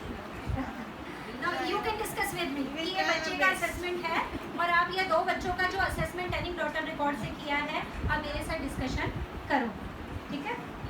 नेक्स्ट चेकलिस्ट, चेकलिस्ट क्या है? क्विक नोट्स हैं, आप अपनी चेकलिस्ट बना के रखो, उससे हम क्या कर सकते हैं, पर्टिकुलर बच्चे का सिर्फ आपको क्या है देखना है कि ये फिजिकल एक्टिविटीज के अंदर ये कर पा रहा है, सोशो इमोशनल डेवलपमेंट है तो क्या ये कर पा रहा है। चेकलिस्ट क्या है, बहुत ही, एक तो ये वैरायटी ऑफ एक्टिविटीज में आप बच्चों को असेस कर सकते हो। अब जैसे एनेक्डोटल मैंने बताया, आपके मन में जो आएगा आप उसी को नोट करोगे, ठीक है, आपको जो एक्टिविटी पर्टिकुलर लगी उसी को नोट करोगे, लेकिन चेकलिस्ट में क्या कर सकते हो, even you can support the anecdotal record with the checklist. जैसा श्रेया ने अभी बोला कि हम एनेक्डोटल रिकॉर्ड को चेकलिस्ट के साथ सपोर्ट कर सकते हैं, चेकलिस्ट से सपोर्ट कर सकते हैं, वो कैसे? नेक्स्ट, पता नहीं अभी लास्ट में तो मुझे लगता नहीं लिख रहा होगा, वो स्क्रीन विजिबल नहीं है, मैं पढ़ देती हूँ। जैसे फिजिकल डेवलपमेंट की आपने एक चेकलिस्ट बनाई, आपको चाइल्ड का फिजिकल डेवलपमेंट देखना है, उसमें क्या करना है कि बच्चा रन कर पा रहा है, हॉप कर पा रहा है, स्किप कर पा रहा है, ये सारे आपने नोट डाउन किए, इसके जस्ट आपको टिक करना है। Throw and catch ball, develop small muscles के लिए cutting, pasting, shredding, then buttoning, zipping, ये सब बच्चा एक्टिविटी कर पा रहा है। देन कॉपी सिंपल शेप्स, ये मैं आपको पूरी चेकलिस्ट एक आपको एग्जांपल के तौर पे दे दूंगी, इसी तरीके से आप अपनी फिजिकल डेवलपमेंट के लिए चेकलिस्ट बना सकते हो। अगर बच्चा ये एक्टिविटी कर रहा है, फॉर एग्जांपल आपकी क्लास में 65 बच्चे हैं, फटाफट से चेकलिस्ट आपने जो है 3 दिन एक बच्चे को ऑब्जर्व किया, 3 दिन जो है आपने उसमें से 10 बच्चे ले लिए, उनकी चेकलिस्ट कर दी, तो आपको उनका फिजिकल डेवलपमेंट पता चल जाएगा, राइट। सेकेंड है सोशियो इमोशनल डेवलपमेंट देखना है आपको। Then experience success at the school, interact with the children, listen to, follow instructions, बच्चे को जब आप डायरेक्शन और इंस्ट्रक्शन देते हैं वो फॉलो करता है, दूसरे बच्चों के साथ शेयरिंग है। मेक चॉइसेस, अपनी खुद से इनिशिएटिव लेके कोई एक्टिविटी कर रहा है, जब उसको कोई रिस्पॉन्सिबिलिटी देते हो वो एक्सेप्ट कर रहा है, यानी ये आपने कुछ आइटम्स को लिस्ट कर दिया है उसका सोशियो इमोशनल डेवलपमेंट देखने के लिए। इनमें से आप असेस करोगे, ये यहाँ पर आप टिक कर सकते हो, बहुत ईजी है, ये तो सबसे ईजी है मुझे लग रहा है। देन इंटेलेक्चुअल डेवलपमेंट, इसमें आपको क्या करना है, know and recite personal information, बच्चे का फर्स्ट एंड लास्ट नेम जो है वो बता सकता है, लिख सकता है, एज, एड्रेस, बर्थ डेट, ये सारा उसका इंटेलेक्चुअल डेवलपमेंट है। तो यहाँ पर ये अगर चेकलिस्ट आपको चाहिए, I can provide the checklist. उसमें बहुत आसान है कि आप 65 के 65 बच्चों का अलग अलग एरिया में you can assess the child. Next, then rating scales. अभी तो क्या है, चेकलिस्ट में तो सिर्फ हमने ये देख लिया है कि उसका अलग अलग डोमेन में कौन कौन सा किस तरीके से उसकी परफॉर्मेंस है, डोमेन वाइज देखा है। रेटिंग स्केल में आप क्या करते हैं, इसमें कोई पर्टिकुलर बिहेवियर की फ्रीक्वेंसी क्या है, ठीक है, कितनी बार वो बिहेवियर बच्चा शो कर रहा है, हम रेटिंग स्केल के अंदर देखते हैं। जैसे आप रेटिंग स्केल में अगर नीचे देखें तो एक बच्चे का हमने ऑब्जर्वेशन किया है, उसमें यूज लैंग्वेज इफेक्टिवली, इसमें आप कभी कभी, हमेशा, कभी कभी या बिल्कुल भी नहीं, तो वो लैंग्वेज को बच्चा जो है वो या तो एक पूरा सेंटेंस रीड कर पाता है, लैंग्वेज को कितना इफेक्टिवली इस्तेमाल कर रहा है, यहाँ पर just you have to put a tick. तो फ्रीक्वेंसी आपको पता चल जाएगी कितनी बार बार वो चीज़ करता है, कभी कभी कर रहा है या हमेशा ही करता है, तो उसका एक्चुअल आपको जो है स्किल्स बच्चे की पता चलेगी। Solve problem in arithmetic with sum to 10, इसी तरीके से अर्थमेटिक के कोई और प्रॉब्लम है वो सॉल्व कर रहा है, तो बहुत फ्रिक्वेंटली कर रहा है, कभी कभी कर रहा है, कभी भी नहीं करता, तो यू हैव रेटिंग स्केल। तो यहाँ पर ये सारा जो मैं इतना सारा डॉक्यूमेंटेशन आपको बता रही हूँ, इट इज़ बिकॉज कि आप जब ये सारा डॉक्यूमेंट लेके कॉन्फ्रेंस में बैठोगे ना पेरेंट्स के साथ, तो उनको लगेगा कि yes their children are at the right place. बहुत अच्छा लगता है पेरेंट्स को, वो भी आप कौन कौन चीज़ों का ध्यान रखोगे। Next, rubrics.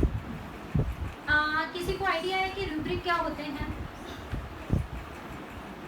चेकलिस्ट में हम जो हैं, हम सारे अलग अलग डोमेन वाइज हम उनको चेक कर रहे हैं। रूब्रिक्स क्या है? रूब्रिक्स में क्वालिटीज देते हैं हम किसी भी गिवन स्पेसिफिक एक्टिविटी की या टास्क की, आप अपने आप से डिसाइड करते हो कि क्या होना चाहिए। Like writing selection of an oral report and used to determine how closely the performance meet those standards. Rubrics में standards बना लिया आपने, जैसे आपको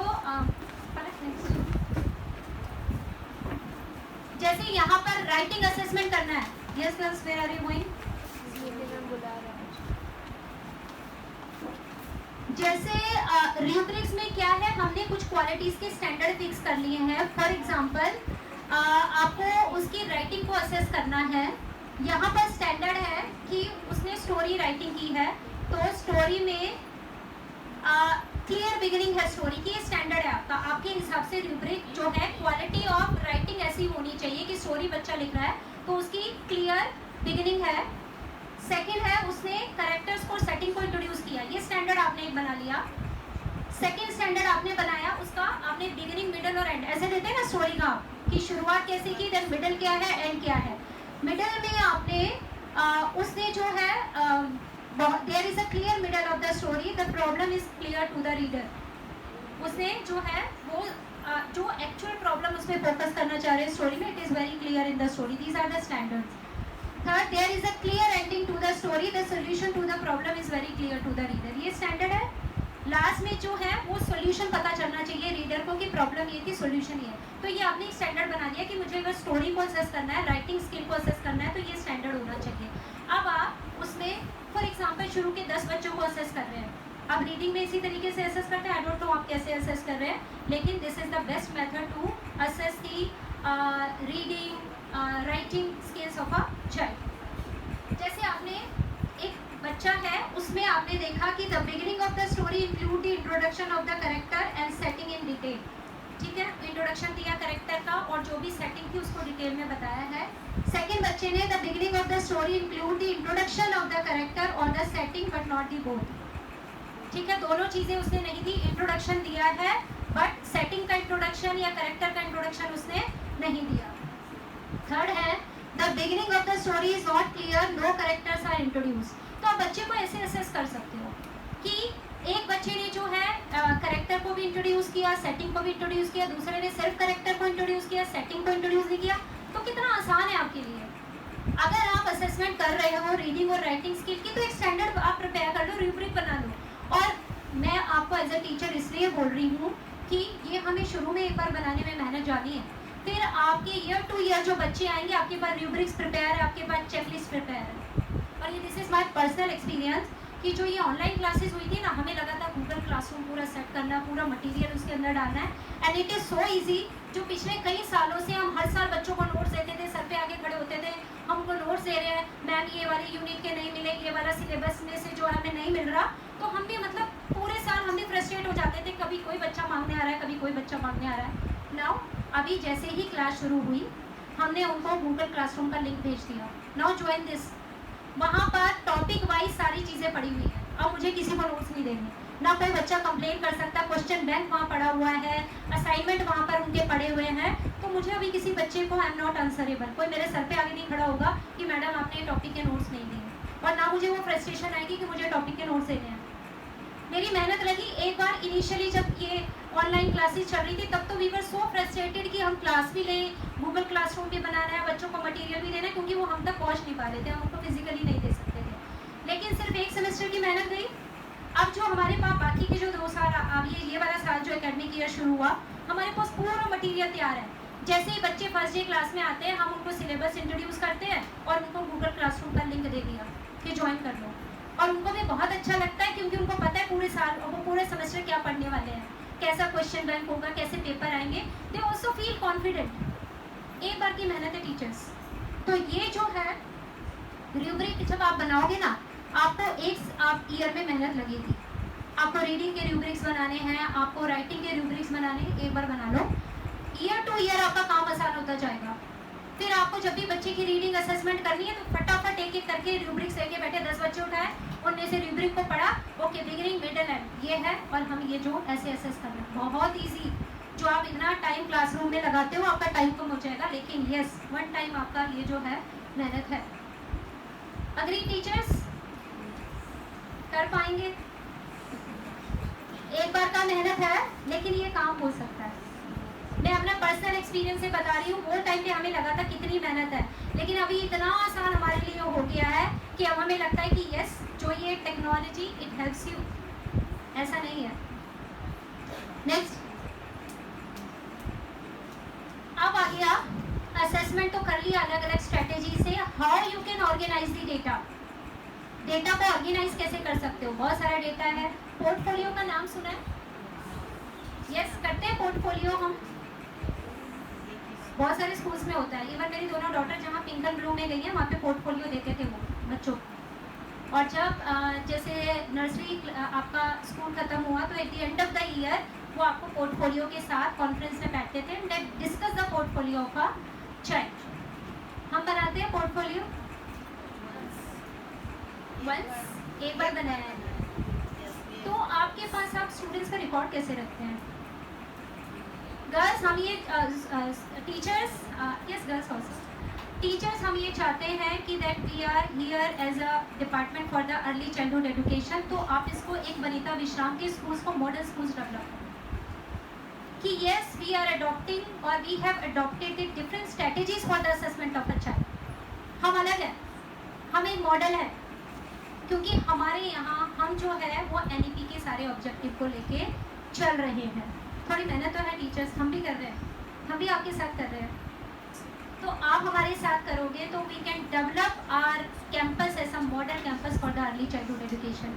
तो कहीं पे भी ना फिर हम आपको एज अ मॉडल हम कहीं पर इंट्रोड्यूस कर सकते हैं, हम बुलाएंगे, you can share your experiences, you can share your experiences with other school teachers.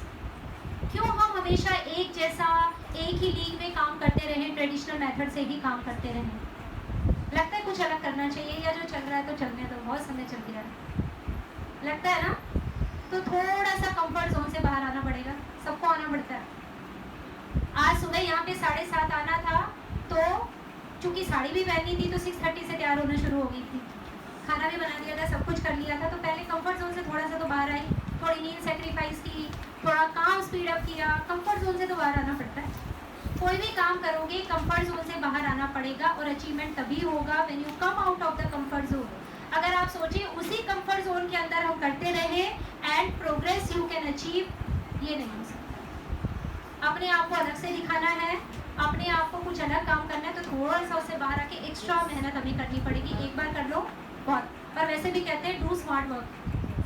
Hard work करते हो आप जो करते हो, जो ये रीडिंग असेसमेंट, राइटिंग असेसमेंट है ना, it is your hard work जो एवरी ईयर यू डू। अभी स्मार्ट वर्क क्या है, रुब्रिक्स डेवलप कर लो, हर साल का काम आसान है, चेकलिस्ट डेवलप कर लो, बहुत आसान है। और हम क्या करते हैं, we keep on writing every year, हम वही काम करके हर साल जितना टाइम वेस्ट होता है अगले साल भी उतना ही होता है। ठीक है, अब है पोर्टफोलियोज, बहुत आसान है, आपके बच्चे बहुत सारी एक्टिविटीज करते हैं। It is the collection of the student work. हम क्या करते हैं, जो अलग अलग एक्टिविटीज होती हैं स्टूडेंट की, चाहे वो आर्ट एक्टिविटी है, क्या करते हैं हम उसका वापस कर देते हैं बच्चों को, you give it to the parents in which form, ऐसे साथ में करके दे देते हैं। तो इट्स अ पोर्टफोलियो, वो पोर्टफोलियो ही है जो आप कर रहे हैं, स्टूडेंट की एक्टिविटीज का कलेक्शन कर रहे हैं and you give it to the parents at the end of the year और सेमेस्टर, तो वो आपका पोर्टफोलियो डेवलप कर रहे हो आप। उसको थोड़ा सा ऑर्गेनाइज वे में करना है। अब ऑर्गेनाइज कैसे कर सकते हो, कर तो आप ही वो रहे हो, सेम काम कर रहे हो, लेकिन हमें तो पता ही नहीं है कि that we are developing the portfolio and we are in the practice और a period of you know time. जो फाइल देते हैं ना, इसमें उसका रिजल्ट ड्यूरिंग द ईयर, उसको जो सर्टिफिकेट्स मिले हैं वो पर्टिकुलरली बहुत अच्छी कोई एक्टिविटी की है उसकी, उसको emphasize। ये सब वर्कशीट और ये सब एक फाइल में करके फाइल में करके देते हैं। It's basically a portfolio collection of student work. हम वही कर रहे हैं, लेकिन इसको थोड़ा सा ऑर्गेनाइज कर सकते हो, ज़्यादा मेहनत नहीं करनी है। हम इसको थोड़ा सा ऑर्गेनाइज कैसे कर सकते हैं, तो portfolio is a purposeful collection of students work that exhibit the student effort, progress and achievement in one और मोर एरियाज। तो ये क्या है, पर्पसफुल कलेक्शन है। आपको जो कोई एक्टिविटी अच्छी लगी आप उसको संभाल के रख लेते हो, सारी आप नहीं रख सकते। यस, जो आपको लगता है कि ये एक्टिविटी समथिंग इज डिस्टिंग्विश्ड, तो उसको आप अलग से रख सकते हैं। The collection must include student participation in selecting content, the criteria for selection, the criteria for judging merit and evidence of student self reflection. तो अब हमें क्या करना है, ठीक है पोर्टफोलियो तो हम बना रहे हैं, लेकिन हमें किस तरीके से इसको कैटेगराइज करना है कि स्टूडेंट ने एक्टिविटी खुद से कैसे सिलेक्ट की है। सिलेक्ट किया तो कंटेंट क्या था उसका सिलेक्ट करने का। एक तो होता है कि हम सबको कॉमनली एक एक्टिविटी दे रहे हैं, कोई आप बच्चे से कहते हो कि for example you given the activity for given the activity of a clay modelling, वो दिया। अब बच्चे ने क्ले मॉडलिंग से क्या अपने आप बनाया है, how the child selected the activity. हो सकता है कोई बच्चा फ्रूट बनाए, हो सकता है कोई फेस की शेप बनाए, कुछ भी बना सकता है। तो वो आपको इसमें एम्फेसाइज करना है कि बच्चे ने उसका सिलेक्शन कैसा था एक्टिविटी का। सिर्फ ये थोड़ा सा इसको कैटेगराइज हमें करना है। फलक नेक्स्ट, पर्पस क्या है, क्यों हम पोर्टफोलियोज बनाते हैं। पहले तो हमें ये ध्यान में रखना है कि पोर्टफोलियो बना क्या रहे हैं हम, क्या इसलिए बना रहे हैं कि हमें पेरेंट्स को कम्युनिकेट करना है बच्चे की प्रोग्रेस। सेकंड है, will it be used to determine the child individual progress. क्या हम इसलिए बना रहे हैं, मेरा पर्पस पोर्टफोलियो बनाने का क्या है कि मुझे बच्चे की जो इंडिविजुअल प्रोग्रेस है क्या वो देखनी है, क्या मेरा पर्पस ये है। Will it be used for teacher accountability. हो सकता है पोर्टफोलियो बनाने का मेरा पर्पस हो, मैं अपने आप को जज करना चाहती हूँ कि as a teacher how good I am, मेरी अकाउंटेबिलिटी क्या है। If I am early childhood educator, तो मैं क्या वो अर्ली चाइल्डहुड एजुकेशन प्रोग्राम के जो ऑब्जेक्टिव हो एज अ टीचर, क्या मैं उसको फुलफिल कर रही हूँ। तो मेरा पर्पस क्या है पोर्टफोलियो बनाने का। Will it be used for all these purposes, क्या तीनों के लिए, क्या मैं पेरेंट्स से कम्युनिकेट करने के लिए, बच्चे की प्रोग्रेस देखने के लिए, या फिर अपनी अकाउंटेबिलिटी चेक करने के लिए बना रही हूँ। तो मेरा पर्पस क्या है। कंटेंट ऑफ द पोर्टफोलियो, क्या क्या हम इसके अंदर रख सकते हैं। Portfolio can be valuable for documenting children growth, for communicating with the parents.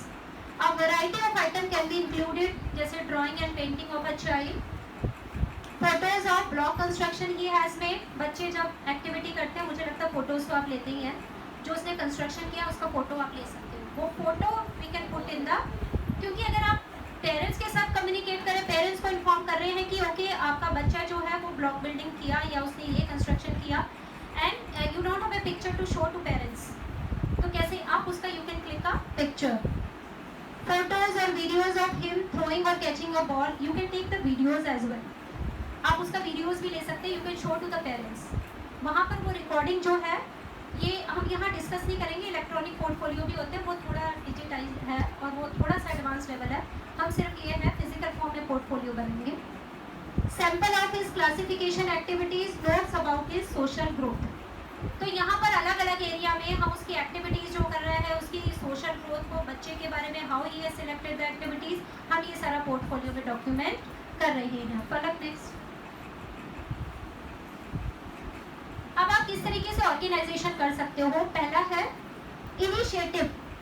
बच्चे ने कैसे इनिशिएट किया, एक्सप्रेसिंग द चॉइसेस, कैसे वो अपनी चॉइस को एक्सप्रेस कर रहा है. ठीक है, आपने कोई उसको एक्टिविटी दी है, लेकिन वो child has not taken the initiative और उसका इंटरेस्ट नहीं है उसके अंदर. एंगेज इन कॉम्प्लेक्स प्ले, किस तरीके से वो अपने को प्ले एक्टिविटी में एंगेज कर रहा है.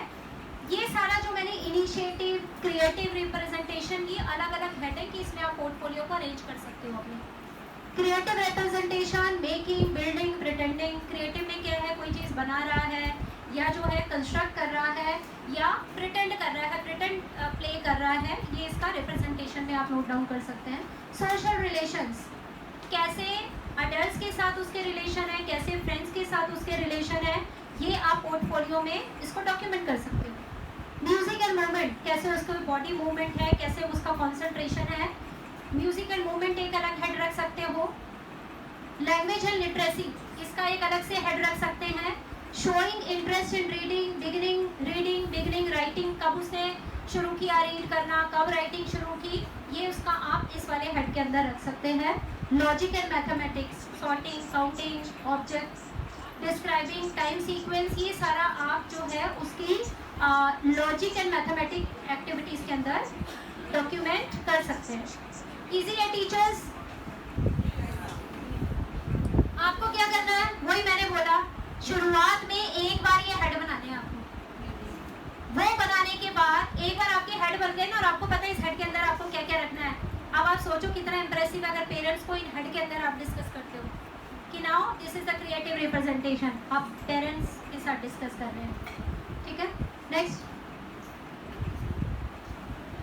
Multiple intelligence categories. अब ये मल्टीपल इंटेलिजेंस तो गार्डनर की थ्योरी है, देयर आर टोटल 9 कैटेगरीज. अब वो गार्डनर की थ्योरी के अकॉर्डिंग भी आप उनको जो अलग अलग कैटेगरी में स्पेशल इंटेलिजेंस है, उसका मैथमेटिकल इंटेलिजेंस है, क्रिएटिव इंटेलिजेंस है, ये अलग अलग कैटेगरी में आप उसको ऑर्गेनाइज कर सकते हो पोर्टफोलियो को. इसमें एक चीज़ हो सकती है टीचर्स, अब आप जब पेरेंट्स के साथ डिस्कस करते हैं ना, तो पेरेंट्स को जब आप बताओगे ना कि एक जो थे साइकोलॉजिस्ट, उन्होंने ये कहा था कि बच्चा सिर्फ, अगर पेरेंट्स के आप डिस्कस कर रहे हो, ओके मैथ्स में तो मेरे बच्चे में the child is not able to read count, आप उसको जो है वो आइडेंटिफाई नहीं कर पाता, तो मेरा बच्चा तो मैथ्स में वीक है. Then you can make the parents understand कि गार्डनर ने ऐसा बोला था कि there are 9 categories of intelligence. आपका बच्चा क्रिएटिव एक्सप्रेशन में तो बहुत अच्छा है. अब मैं फिर क्रिएटिव एक्सप्रेशन के you can show the activities in a portfolio, तो पेरेंट्स को कहीं से कॉन्फिडेंस आएगा, yes my child is also intelligent. और हम क्या करते हैं, टैग कर देते हैं कि ठीक है, अगर मैथ्स में अच्छा नहीं कर रहा, रीडिंग अच्छी नहीं है, राइटिंग स्किल्स अच्छी है, तो your child is not intelligent, that particular child is not intelligent. लेकिन गार्डनर ने क्या कहा, जब आप उसकी पूरी उसकी अलग अलग एक्टिविटीज़ को देखोगे तो उसके हिसाब से तो वो उसका creative expression is very good, creatively he is very intelligent. कुछ लोगों की लैंग्वेज बहुत अच्छी नहीं होती, लेकिन क्रिएटिव एक्सप्रेशन बहुत अच्छा होता है, स्पेशल एबिलिटीज़ बहुत अच्छी होती है. अगर किसी से पूछो, जैसे मैं, अगर आप मेरे से पूछो मेरी स्पेशल एबिलिटीज़ अच्छी नहीं है, ये कितना एरिया होगा, I am not able to tell you. हो सकता है आप में से कुछ लोगों जो ये बता दें कि इस रूम का एरिया कितना है, राइट? तो यानी आपकी स्पेशल एबिलिटीज़ अच्छी है. तो गार्डनर की थ्योरी के अकॉर्डिंग आप अलग अलग उसमें डॉक्यूमेंट पोर्टफोलियो को कर सकते हो. नेक्स्ट. या फिर अलग अलग डेवलपमेंटल एरियाज में कर सकते हो, physical development, social development, language development, then जो है कॉग्निटिव डेवलपमेंट, इसमें अलग अलग एरियाज में कर सकते हो, ये और इजी होगा पेरेंट्स को बताने का। Now the choice is yours कि आप अपने पोर्टफोलियो को अरेंज किस मेथड से कर रहे हैं। इनमें से कौन सा इजी है? यस टीचर्स, अब थोड़ा सा आप बोल लें, मैं बोल रही हूँ लगातार। कौन सा इजी है इसमें से?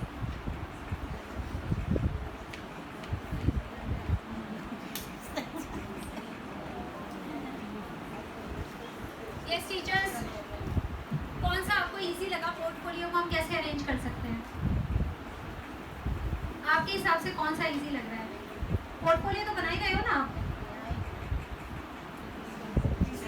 Physical development developmental areas, height और वेट कर देते हैं तो वी कैन सी। मैंने तो फिजिकल डेवलपमेंट के आपको बहुत सारे चेकलिस्ट बताए थे। ये आसान वाला है। हाँ, हमारा ह्यूमन नेचर होता है कि जो चीज़ आसान है उसी को अडॉप्ट करते हैं। पर मैं बताऊँ पर्सनल, मुझे मैं जो डिफिकल्ट होता है ना मैं उसको अडॉप्ट करती हूँ। यस, आप डेवलपमेंटल एरियाज में भी अपने पोर्टफोलियो को आप जो है ऑर्गेनाइज कर सकते हो, देयर इज नो प्रॉब्लम। आप कोई भी मेथड अडॉप्ट करो, लेकिन आपका पोर्टफोलियो, अब मैं ये एक्सपेक्ट करूंगी आपसे कि आफ्टर दिस सेशन जब आप पोर्टफोलियो आपके जो है वो पेरेंट्स को दोगे तो इट शुड बी ऑर्गेनाइज्ड। आपके अलग अलग सिर्फ एक पेपर लगाना है आपको कि फिजिकल डेवलपमेंट में ये एक्टिविटीज़ हैं and the child is good in those particular activities. Social development ऐसा है, उसका लैंग्वेज ऐसा है, एंड उसका जो बौद्धिक विकास है, कॉग्निटिव डेवलपमेंट है, वो ऐसा है। सारी एक्टिविटीज़ को सॉर्ट कर दो और पेरेंट्स को एक अच्छा सा पोर्टफोलियो दो, तो आपके स्कूल की वो आगे पब्लिसिटी करेगा, आपकी भी पब्लिसिटी करेगा। तो you can become as you can also become a counsellor. तो अभी क्या ये टीचर तो बहुत अच्छा करती है, बच्चे के सारे डेवलपमेंट देखती है, तो आपके पास पर्सनल काउंसलिंग के लिए भी आ जाते हैं कि हमारे बच्चे को आप ये करें, क्योंकि parents are so much aware nowadays. अभी वो वाला टाइम नहीं है, बट पेरेंट्स को सभी एरिया में बच्चे एक्सेल चाहिए, तभी तो होलिस्टिक डेवलपमेंट कहते हैं ना वो। नेक्स्ट, पोर्टफोलियो असेसमेंट के फायदे कौन कौन से हैं? इससे आप अलग अलग फॉर्म में असेसमेंट कर सकते हैं। Second, complete picture of the child learning. जब एक पोर्टफोलियो लेके आप बैठे हो ना, बच्चे ने कितना कुछ सीखा है आपके अर्ली चाइल्डहुड प्रोग्राम से, कंप्लीट लर्निंग की एक पिक्चर आप उसको प्रेजेंट कर रहे हो, ये आपके पास भी है। अब जब आप ऐसे असेसमेंट करोगे ना, तब आपको पता चलेगा आपकी क्लास का ब्राइट स्टूडेंट कौन है। नहीं तो सिर्फ टेस्ट लेके जब हम ग्रेड देते हैं ना, on that basis you can not assess कि आपकी क्लास में सबसे ब्राइट बच्चा कौन सा है। Make assessment with in the contest, जैसे बोला सोशल डेवलपमेंट, लैंग्वेज डेवलपमेंट, इसमें हेल्प करता है। इज चाइल्ड सेंटर्ड, पोर्टफोलियो हमेशा जो है वो चाइल्ड सेंटर होते हैं, टीचर सेंटर्ड नहीं। इसमें आप अपना असेसमेंट नहीं कर रहे हो, आप बच्चे का असेसमेंट कर रहे हो, तो it is child centred.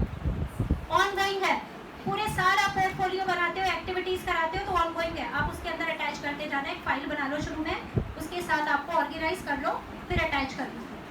Support the process of learning, तो ये जो प्रोसेस ऑफ लर्निंग है ना बच्चे की, चाहे वो नर्सरी में है, जूनियर में है, सीनियर में है, उस लर्निंग को सपोर्ट करता है। अभी आपको लग रहा होगा मैडम कितने सारे काम बता रही हैं। Focus on what children can do, तो इसका सबसे बड़ा क्या हमारा टेस्ट पता है क्या है? टेस्ट का इसमें आप डिफरेंस बताइए। मैं ये बोल रही हूँ कि portfolio it focus on the what children can do, ये इस पे फोकस कर रहा है बच्चा क्या कर सकता है। आपका टेस्ट पता है किस पे फोकस करता है? What children can not do. जो आप टेस्ट ले रहे हो, अचीवमेंट टेस्ट ले रहे हो, it focus on what children can not do. हमें तो क्या करना है, बच्चा क्या काम कर सकता है उस पर फोकस करना है। हम क्यों कि वो जो काम नहीं कर सकता, फॉर एग्जाम्पल मिसिंग नंबर है, उसने मिसिंग नंबर नहीं किए तो हम उसका ग्रेड भी आ गया।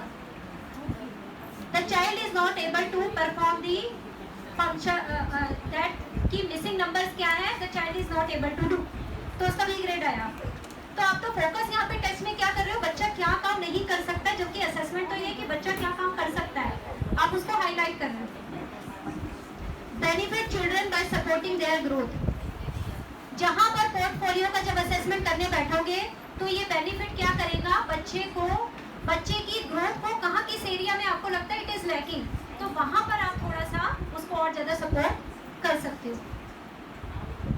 Provide teacher with information to extend child learning. ठीक है, अभी टीचर के पास एक पूरा इंफॉर्मेशन आ गया है कि बच्चा किस एरिया में लैकिंग है। Now you have to focus on that area. You can also tell the parents कि आप इस एरिया में ज़्यादा ध्यान दोगे, हो सकता है आपके बच्चे का सोशल डेवलपमेंट वीक है। अब आप थोड़ा सा बच्चे के सोशल डेवलपमेंट पे उसको आप जो है फ्रेंड्स उसको थोड़ा एनकरेज करो दैट ही और शी शुड मेक फ्रेंड्स। तो यहाँ पर आपके पास क्या है, पूरी कंप्लीट पिक्चर बच्चे की आ गई है। फलक next.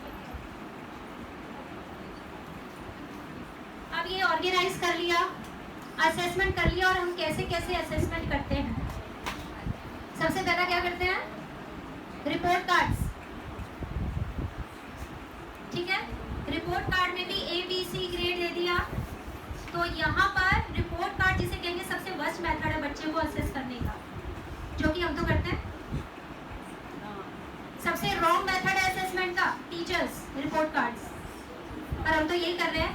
Yes, we can make it good with the support of the narratives. जब आप नरेटिव बता रहे हैं, A ग्रेड अगर आपने मैथ्स में दे दिया तो A ग्रेड का कोई मतलब नहीं है। A ग्रेड क्या करता है, it should support with the narrative कि the child is able to count 1 to 15, child is able to read a complete sentence, child is able to write a complete sentence, तब उस grade का मतलब है। तो रिपोर्ट कार्ड क्या है, वो तब फायदा देगा जब आप उसको सपोर्ट करोगे नरेटिव से। सेकेंड है conference, student led conference, narrative reports, telephone calls, casual conversation. Now we come to the conference. Falak next. Conference क्या है, जब आप पेरेंट्स को बुलाते हो 1-to-1 कॉन्फ्रेंस में, पेरेंट्स के साथ आप बात करते हो। आप किस तरीके से, I also want to know from your side कि किस तरीके से कॉन्फ्रेंस के लिए आप पहले से प्रिपरेशन करते हो, क्या करते हैं आप जब आप पेरेंट्स को बुला रहे हो डिस्कशन करने के लिए प्रोग्रेस रिपोर्ट, तो आप कैसे करते हैं? या रिपोर्ट कार्ड 1 by 1 पेरेंट्स आते रहते हो और आप देते रहते हो उनको? यस टीचर्स, ओके, आप डिस्कस करते हैं पेरेंट्स के साथ। So face to face interaction with the parents is the best method to to report the assessed data. जब आप 1-to-1 पेरेंट्स के साथ कॉन्फ्रेंस करते हैं। अब कॉन्फ्रेंस में आपको किन किन चीज़ों का ध्यान रखना है? आप कुछ ऐसे क्वेश्चंस लेके पहले बैठते हैं या कुछ प्रिपरेशन के साथ बैठ रहे हैं कि हमें ये करना है और ये नहीं करना। जनरली ये चीज़ें हमें ध्यान में रखनी चाहिए। पहला तो है बी पॉजिटिव एंड पर्सनल। क्या मतलब है इसका?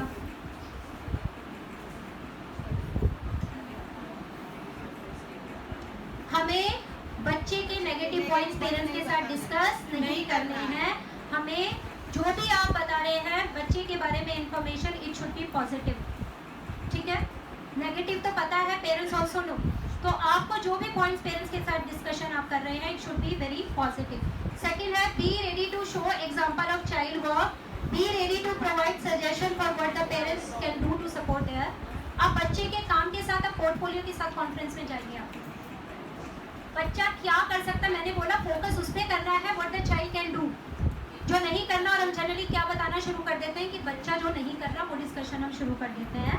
तो यहाँ पर हमें और पेरेंट्स को हम सजेशन दे सकते हैं कि वो किस तरीके से अपने बच्चे की ग्रोथ में सपोर्ट कर सकते हैं, क्योंकि पेरेंट्स में sometimes they also are very blank about it. उनको नहीं पता होता, वो टीचर्स पे पूरा रिलाई करते हैं। और एज ए टीचर ऑल्सो मुझे भी पता है, पर मैं जब अपने बच्चे की पेरेंट टीचर मीटिंग में जाती थी, I want the suggestion from the teacher, क्योंकि मुझे ऐसा लगता था कि जो टीचर है, बिकॉज टीचर बच्चे के बारे में पूरा दिन उसके अलग अलग जो डेवलपमेंटल एरियाज हैं उनके बारे में वो जानती है, जो मैं नहीं कर सकती एज अ मदर। तो हमें पेरेंट्स को सजेशन देना है कि किस तरीके से वो ग्रोथ को सपोर्ट कर सकते हैं। Don't be defensive. पेरेंट्स है, क्वेश्चन भी पूछेंगे, आपसे रिलेटेड भी पूछेंगे, स्कूल जो है आपके प्रोग्राम के बारे में भी कोई भी क्वेश्चन पूछ सकते हैं। वहाँ पे हमें गुस्सा नहीं करना कि how can you ask this question to me. तो अब हमें डिफेंसिव नहीं होना, जो भी पूछ रहे हैं उनकी क्वेरीज को हमें सेटिस्फाई करना है। और हम क्या करते हैं, डिफेंसिव हो जाते हैं कि ऐसे कैसे आप कैसे क्वेश्चन कर सकते हो ये। तो ये हमें नहीं होना है। Show your caring. हमें वही टीचर अच्छी लगती है जो केयरिंग शो करती है। तो आप उस जो पेरेंट आपके सामने अबाउट द चाइल्ड। आपको वो शो करनी है अपने नेचर में, आपको वो अपने कन्वर्सेशन में शो करना है। Be a good listener. कई बार क्या होता है, पेरेंट हमारे सामने बैठे हैं and we start speaking, parents को तो मौका ही नहीं दे रहे हम, क्योंकि कई चीज़ें ऐसी हैं जो पेरेंट्स खुद डिस्कस करना चाहते हैं टीचर के साथ। तो बी ए गुड लिसनर, उनकी बातों को सुनो पहले आप, फिर उसके बाद you can provide the suggestion. Don't surprise parents. इसका क्या मतलब है? Don't surprise parents. आपने पेरेंट टीचर मीटिंग के लिए पेरेंट्स को बुलाया है तो पहले से एजेंडा बता के रखिए आप। ऐसा नहीं है पेरेंट्स को किसी और, कई बार होता है कि हमें भी लगता है कि आज तो इसकी टीचर ने बुलाया, मुझे नहीं पता ही क्या बताने वाली है, और घर से पेरेंट्स के डरे हुए जाते हैं, और जाके अचानक जो है, हो सकता है बहुत छोटी सी बात हो और वो इतना वरी करने की बात नहीं, लेकिन पेरेंट्स घर से डरा हुआ जा रहा है, पता नहीं आज मुझे क्या बच्चे के बारे में सुनने को मिलेगा। ठीक है, जैसे मैं अगर अब मेरी जो एल्डर डॉटर है उसका याद करूँ, she is with the Reliance foundation, तो हमेशा उसकी टीचर एक मुझे कंप्लेन करती थी, जितनी बार मैं पेरेंट टीचर मीटिंग के लिए जाती थी, वो मुझे ऐसा बोलती थी, शी इज सो टॉकेटिव, और वो क्या करती है, अपना काम तो फटाफट करके बैठ जाती है and she keeps on disturbing the other children. तो मैं तो हमेशा प्रिपेयर होकर जाती थी कि वो फिर से मैं जाऊंगी और वो यही बोलेगी। Although she is very brilliant student and अलग अलग एरियाज में बहुत एक्सेल किया उसने, लेकिन टीचर मुझे जाती सबसे पहले नेगेटिव ये बताती थी, शी इज सो टॉकेटिव, उसके अंदर इतनी पॉजिटिव क्वालिटीज थी, तो पहले पेरेंट्स के साथ वो कम्युनिकेट कीजिए ना। तो मैं तो मन में ये प्रिपेयर होकर जाती थी कि इस बार जब पीटीएम के लिए जाऊंगी फिर बोलेगी, बट आफ्टर 6th स्टैंडर्ड उन्होंने मुझे कंप्लेन करना बंद कर दिया कि उसके अंदर उसको बहुत ज़्यादा, और वो फिर मतलब वो क्लास में फिर बिल्कुल बात नहीं करती, क्योंकि उसको लगता था हर पेरेंट टीचर मीटिंग के बाद जो टीचर है वो मेरी यही कंप्लेन करती है कि तो बहुत टॉकेटिव है, बहुत टॉकेटिव है, तो उसको लगने लगा बोलना इज समथिंग यू नो जो बहुत गलत है, नहीं बोलना मुझे क्लास में।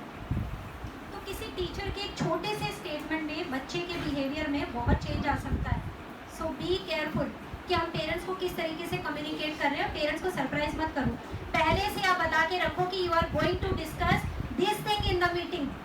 नहीं तो क्या होगा, पेरेंट्स बहुत अच्छे मूड में आया और आपने कंप्लेन शुरू कर दी बच्चे की, तो वो तो सरप्राइज हो जाएगा, ये क्या हुआ, उसको तो लगता है मेरा बच्चा बहुत अच्छे ग्रेड्स लेके आ रहा है, teacher will discuss this in the meeting, लेकिन वहाँ तो आपने कुछ और ही बताना शुरू कर दिया। तो हमेशा पेरेंट्स को है इन्फॉर्म करके रखिए। Never dwell on the negative and always suggest a solution to a problem. Negative हमेशा हमें नहीं बताना है, जब भी बता रहे हैं तो एक सॉल्यूशन बताइए प्रॉब्लम के साथ। प्रॉब्लम तो उनको भी पता है, अगर आप सिर्फ प्रॉब्लम ही बता देंगे पर सॉल्यूशन नहीं बताएंगे तो उसका कोई मतलब नहीं है। तो पेरेंट्स को वहाँ पर आना, स्कूल आना, they don't find it very interesting and fruitful कि ये जो है यहाँ आने का तो अभी कोई मतलब नहीं है, क्योंकि teacher she always keeps negative about my child. और वही वहाँ से जो फीडबैक लेके वो घर आते हैं ना, फिर बच्चे के घर में अच्छी क्या होती है नॉट एग्जैक्टली पिटाई, हम बातों बातों में इसको बहुत कुछ बोल देते हैं कि जब भी जाती हूँ तेरे स्कूल में तो यही सुनने को मिलता है। और यू नो पता नहीं टीचर्स किस तरीके से असेसमेंट करते हैं। माई यंगर डॉटर, मैं ऐसा नहीं, एकेडमिकली बहुत सारी चीज़ों में वो अलग अलग एरिया में उसका है, बट नॉट एकेडमिकली जिसे मैं कहूँगी बहुत स्ट्रॉन्ग। तो जब भी मैं जाती हूँ मुझे हमेशा टीचर उसकी बहुत तारीफें करेगी कि she is very obedient, she is a very quite child. तो क्या हमें बच्चे ऐसे चाहिए जो बिल्कुल चुपचाप एक जगह पे बैठे रहे? Do we expect such kind of children? तो टीचर क्या बोल रही है, शी इज़ वेरी ओबीडियंट, क्योंकि वो टीचर की बात मान रही है। तो वो एक जगह पे बैठी रहती है, क्लास को बोलती है क्लास को अटेंड कर लेगी, यहाँ से सामान ही लेके जाना है, वहाँ वो टीचर का कहना मान के कर देगी। तो टीचर तो उसको बहुत अच्छे से जो है उसका ग्रेडिंग कर रही है, उसको बता रही है she is a very good student. Comparatively अगर मैं एकेडमिक को कंपेयर करूँ तो मेरी जो एल्डर डॉटर थी she is you know much brighter है, लेकिन वो टीचर मुझे उसकी एक नेगेटिव पॉइंट हमेशा याद दिलाती है। तो be careful what we are sharing with the parents, की घर में भी बच्चों को, बिकॉज मैं तो जो है चाइल्ड डेवलपमेंट पढ़ा है तो मैं उसी तरीके से उसका जो है घर में मेरा ट्रीटमेंट अलग रहता था, लेकिन those who are not aware about it वो तो घर में बच्चों को यही सुनाएंगे, और child will also accept that particular quality which the teacher is telling about him or her, right? Next, बस लास्ट है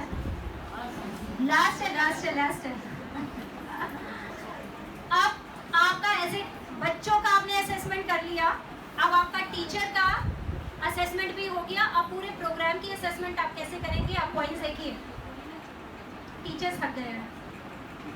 फलक what's the time? 9:45. 9:45. बहुत सारा टाइम हो गया है. स्टिल अभी कोई बात नहीं, 5 मिनट और है, उसके बाद आपको सर्टिफिकेट डिस्ट्रीब्यूशन होगा. यस, अब आप अपने प्रोग्राम का अगर असेसमेंट करते हैं तो क्या आप अपनी क्लासरूम में ही as a child you would like to sit? ये प्रोग्राम का असेसमेंट कर रहे हो आप? यस टीचर्स, मुझे आंसर चाहिए. मैं 1 घंटे से बोल रही हूँ, आपकी तरफ से कोई आंसर्स नहीं आ रहे हैं. आप बताइए मुझे. पूरा टीचर तो पूरी लाइफ पढ़ सकता है. क्या मेरा मतलब, मैं जो ये क्वेश्चन पूछ रही हूँ उसका मतलब ये है, क्या आप अपने आप को उस कैटेगरी का टीचर रख रहे हैं? क्या आप अपने प्रोग्राम को ऐसा असेस कर रहे हैं कि that you want to be a child in your classroom? अब इससे आपका असेसमेंट हो रहा है और आपके प्रोग्राम का असेसमेंट हो रहा है. अगर आपको लगता है कि एज अ चाइल्ड जब मैं बैठूंगी तो मुझे ये लर्निंग नहीं हो पाएगी, तो यानी आपके प्रोग्राम में कहीं ना कहीं कमी है. You need to improve yourself and your programme. तो ये क्वेश्चन एक बार पूछ लेने का अपने आप से, क्या मैं अपने बच्चों को मेरी क्लास में पढ़ाना चाहूंगी, मेरे खुद के बच्चे को?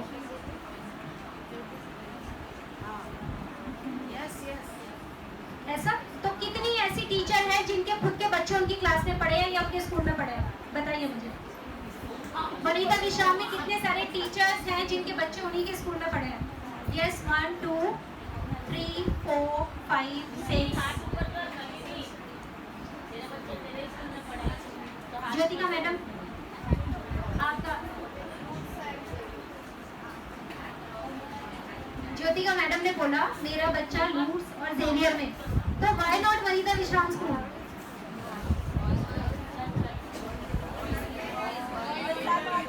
हाँ, बेटी है आपकी, कौन से स्कूल में पढ़ रही है? लूट्स में. व्हाई नॉट वनिता विश्राम? Reliance Foundation. आप किसका बच्चा रिलायंस में है? Okay. Why not Vanita? Because father was in Reliance. तो मदर भी तो थी वनिता विश्राम में.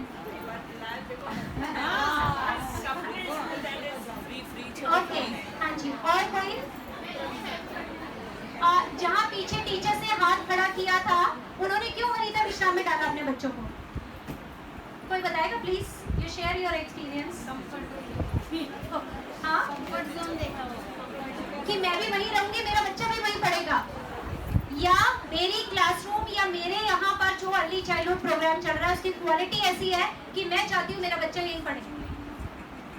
हाँ, quality very good. She was very confident about herself. और कोई? यस ज्योतिका मैडम, लूट्स में क्यों डाला आपने? अच्छा, yes, it may be one of the reason. Yes, हाँ जी. अगर ऐसा होता है कि जो स्कूल में मम्मी है उस स्कूल में बच्चे को रहते वो पॉइंट ऑफ रिफ्लेक्शन मिल जाए. पॉजिटिविटी तो मिलती है ना, लेकिन नेगेटिविटी उससे कहीं ज़्यादा. तो पेपर तो मिल जाते होंगे, उनको तो सब पता होगा.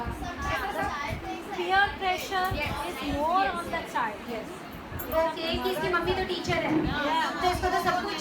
यस, अगर उसकी परफॉर्मेंस किसी एरिया में अच्छी नहीं है तो उसको तो ये बोलने को मिले, उसको सुनने को मिलेगा इसकी मम्मी टीचर है, इसे फिर भी नहीं आता. ये इसके लिए तो बहुत आसान है, इसे तो मार्क्स मिल जाते हैं क्योंकि मम्मी टीचर है. तो यही रीजन था. And depends on the state board and the CBSE. Because they said Reliance Foundation that is the main one is the CBSE. Okay, ठीक है, चलो मैंने ये मान लिया कि डिपेंड्स ऑन द बोर्ड की कहाँ सीबीएसई है, कहाँ पे स्टेट बोर्ड है, कि आपको कॉम्पिटिटिव एग्जाम के लिए प्रिपेयर करना है. So you put your child in that particular school. तो ये भी रीजन हो सकता है, लेकिन यहाँ मैं बात कर रही हूँ quality of the your programme. Second is there a balance of small group, whole group and individual activities. तो थोड़ा अपने प्रोग्राम को असेस कर रहे हो तो देख लो कि जो स्मॉल ग्रुप एक्टिविटी है, लार्ज ग्रुप एक्टिविटीज है, उनका बैलेंस होना चाहिए. यहाँ पे प्रोग्राम असेसमेंट की बात कर रहे हैं. Do children spend more time in self-selected activities than in teacher-directed? तो यहाँ पर भी थोड़ा सा careful. Activities should be self-selected instead of teacher-directed. पर हम तो most of the time क्या करते हैं? All the activities are teacher-directed. Self-selected नहीं होती हैं. तो ये आपके अर्ली चाइल्डहुड का जो प्रोग्राम है, वहाँ उसकी असेसमेंट आप ऐसे कर सकते हो. Does every child find success and challenge every day? हर बच्चे के बारे में सोचना है, not only 5 or 10 students in my classroom, हर बच्चा. And you know, I would like to share the experience of Reliance Foundation कि वो स्कूल में जो एक सबसे अच्छी बात क्या लगती है कि उनका जो एनुअल फंक्शन होता है ना, they make it compulsory to take participation in a annual function. कोई बच्चा नहीं भी करना चाहेगा ना, वो उनको पेरेंट्स को बुला के बोलेंगे. इससे क्या होता है, वो पार्टिसिपेशन की फीलिंग आती है, कोई बच्चा लेफ्ट आउट फील नहीं करता. तो वो हर बच्चे का पार्टिसिपेशन हो, ये आपको मेक श्योर रखना है. वहाँ मेरी क्लास के 5-10 बच्चों की बात मैं नहीं कर रही हूँ. Is there a balance of emphasis on intellectual, emotional, social and physical growth? क्या सबका बैलेंस है? क्या जो मैं एक्टिविटीज प्रोवाइड करा रही हूँ इन सबका बैलेंस करके है, या सिर्फ I am just giving the activities of the physical development? और इस बेसिस पे आप अपने प्रोग्राम को असेस कर सकते हो. अभी तो स्टूडेंट को ही कर रहे थे, अपने प्रोग्राम को भी असेस करना है, हमें अपने आप को भी असेस करना है. Are skills taught in a meaningful context? Teachers please, it's a matter of 2 to 3 minutes, बस उसके बाद बोल सकते हैं. तो क्या जो हमारी एक्टिविटीज हैं वो स्किल कॉन्टेस्ट है उसका, कि जो स्किल हम प्रोवाइड कराना चाह रहे हैं उससे वाकई में ही वो स्किल बच्चे के अंदर हम इनकॉर्पोरेट कर पा रहे हैं? क्या एक्टिविटी हमारी स्किल ओरिएंटेड है? Can children withdraw from activities without penalty? क्या बच्चे ऐसा कर सकते हैं, या कंपल्सरी है ये तो करना ही करना है? अगर बच्चे का इंटरेस्ट नहीं है, क्या बच्चा विड्रॉ कर सकता है? यस, कर सकता है. लेकिन फिर हम तो क्या करते हैं, नहीं ये तो करना ही है. तो ये सारे तरीके से हमें अपने आप को असेस करना है. All activities and experience selected on the basis of their relationship to the goal of the program. बस जब भी आप अपनी एक्टिविटीज प्लान करते हो तो थोड़ा ये देख लीजिए क्या आप एक्टिविटीज प्रोवाइड करा रहे हैं and what are the goals of your programme. And I think मुझे यहाँ पर थोड़ा प्रिंसिपल्स को ये एक चीज़ बोलनी होगी कि आपके जो अर्ली चाइल्डहुड एजुकेशन प्रोग्राम के ऑब्जेक्टिव हैं, आप एक बार एक थोड़ा सा उसकी स्क्रीनिंग कर लीजिए. क्या हम डिफरेंट जो एक्टिविटीज़ प्रोवाइड करा रहे हैं, क्या वो ऑब्जेक्टिव को फुलफिल कर पा रहे हैं, या सिर्फ हम दे देते हैं, उसका कोई जो है वो कहीं ना कहीं से उसका कोई मतलब नहीं होगा. Do individual children show evidence of growth in all areas of development? मैंने यही बोला, क्या इंडिविजुअल चिल्ड्रन का ग्रोथ हो रहा है सभी एरियाज में, या स्पेसिफिकली 5-10 बच्चों का ही हो रहा है? ये हमें कोई बच्चा जो किसी पर्टिकुलर एरिया में उसका बहुत अच्छा वो परफॉर्म नहीं कर पा रहा, वहाँ से उसको हमें सपोर्ट करना है, ये हमारा ऑब्जेक्टिव है. Are interaction with the parents supportive of children growth? जो पेरेंट्स के साथ अभी मैंने बात की इंटरेक्शन हो रहा है, क्या वो बच्चे की ग्रोथ को सपोर्ट कर रहा है, या just we are giving the report card to the parents? और जब बच्चे जो पेरेंट्स जब रिपोर्ट कार्ड लेने आते हैं ना, उनके लिए बहुत फ्रस्ट्रेटिंग होता है वो ग्रेड्स देख के, और एक वो एंजाइटी लेके जाते हैं. जब पीटीएम के लिए आ रहे हैं, रिपोर्ट कार्ड आपने दे दिया तो एंजाइटी लेके गया, मेरे बच्चे का तो बी आया, मेरे बच्चे को तो सी आया. वो बच्चे को इवेलुएट करना शुरू करते हैं. तो यहाँ पर क्या जो पेरेंट्स के साथ आप इंटरेक्शन कर रहे हो, क्या वो बच्चे की ग्रोथ को सपोर्ट कर रहा है, ये हमें ध्यान रखना है. सो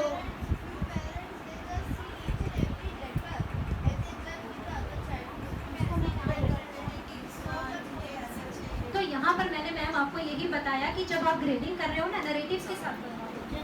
जब नरेटिव के साथ करोगे ना, they will not compare with other children, क्योंकि उनके पास अपने बच्चे की परफॉर्मेंस को आपके शब्दों में है. फिर वो बोलेंगे बी ग्रेड इस बच्चे का, तो जो इसकी फ्रेंड है इसका तो ये आया है इसके अंदर, ऐसा कैसे?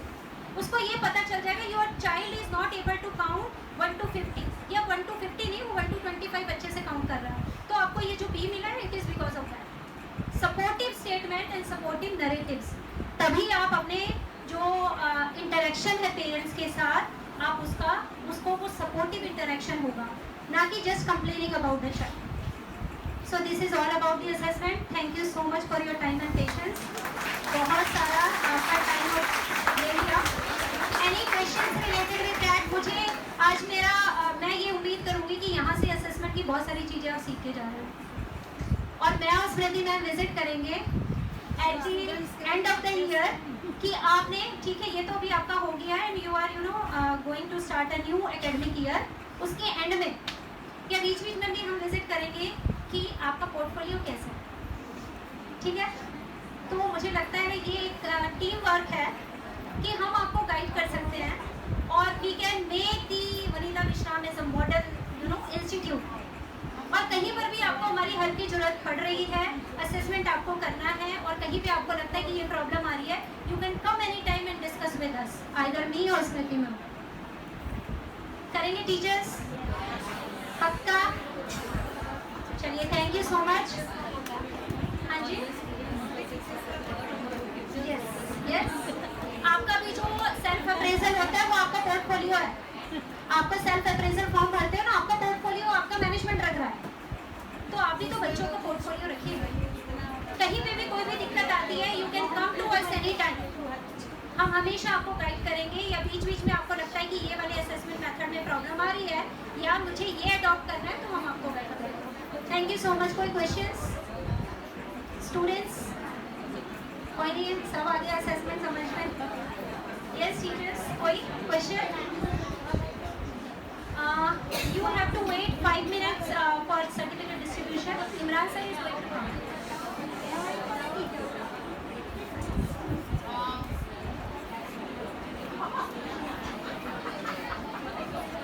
1 2 3 आई है ना? So sorry. Anyways, I hope you enjoyed these sessions. I hope you will have a take along with you. थोड़ा कम, थोड़ा ज़्यादा. I hope we will keep meeting again. I hope you will give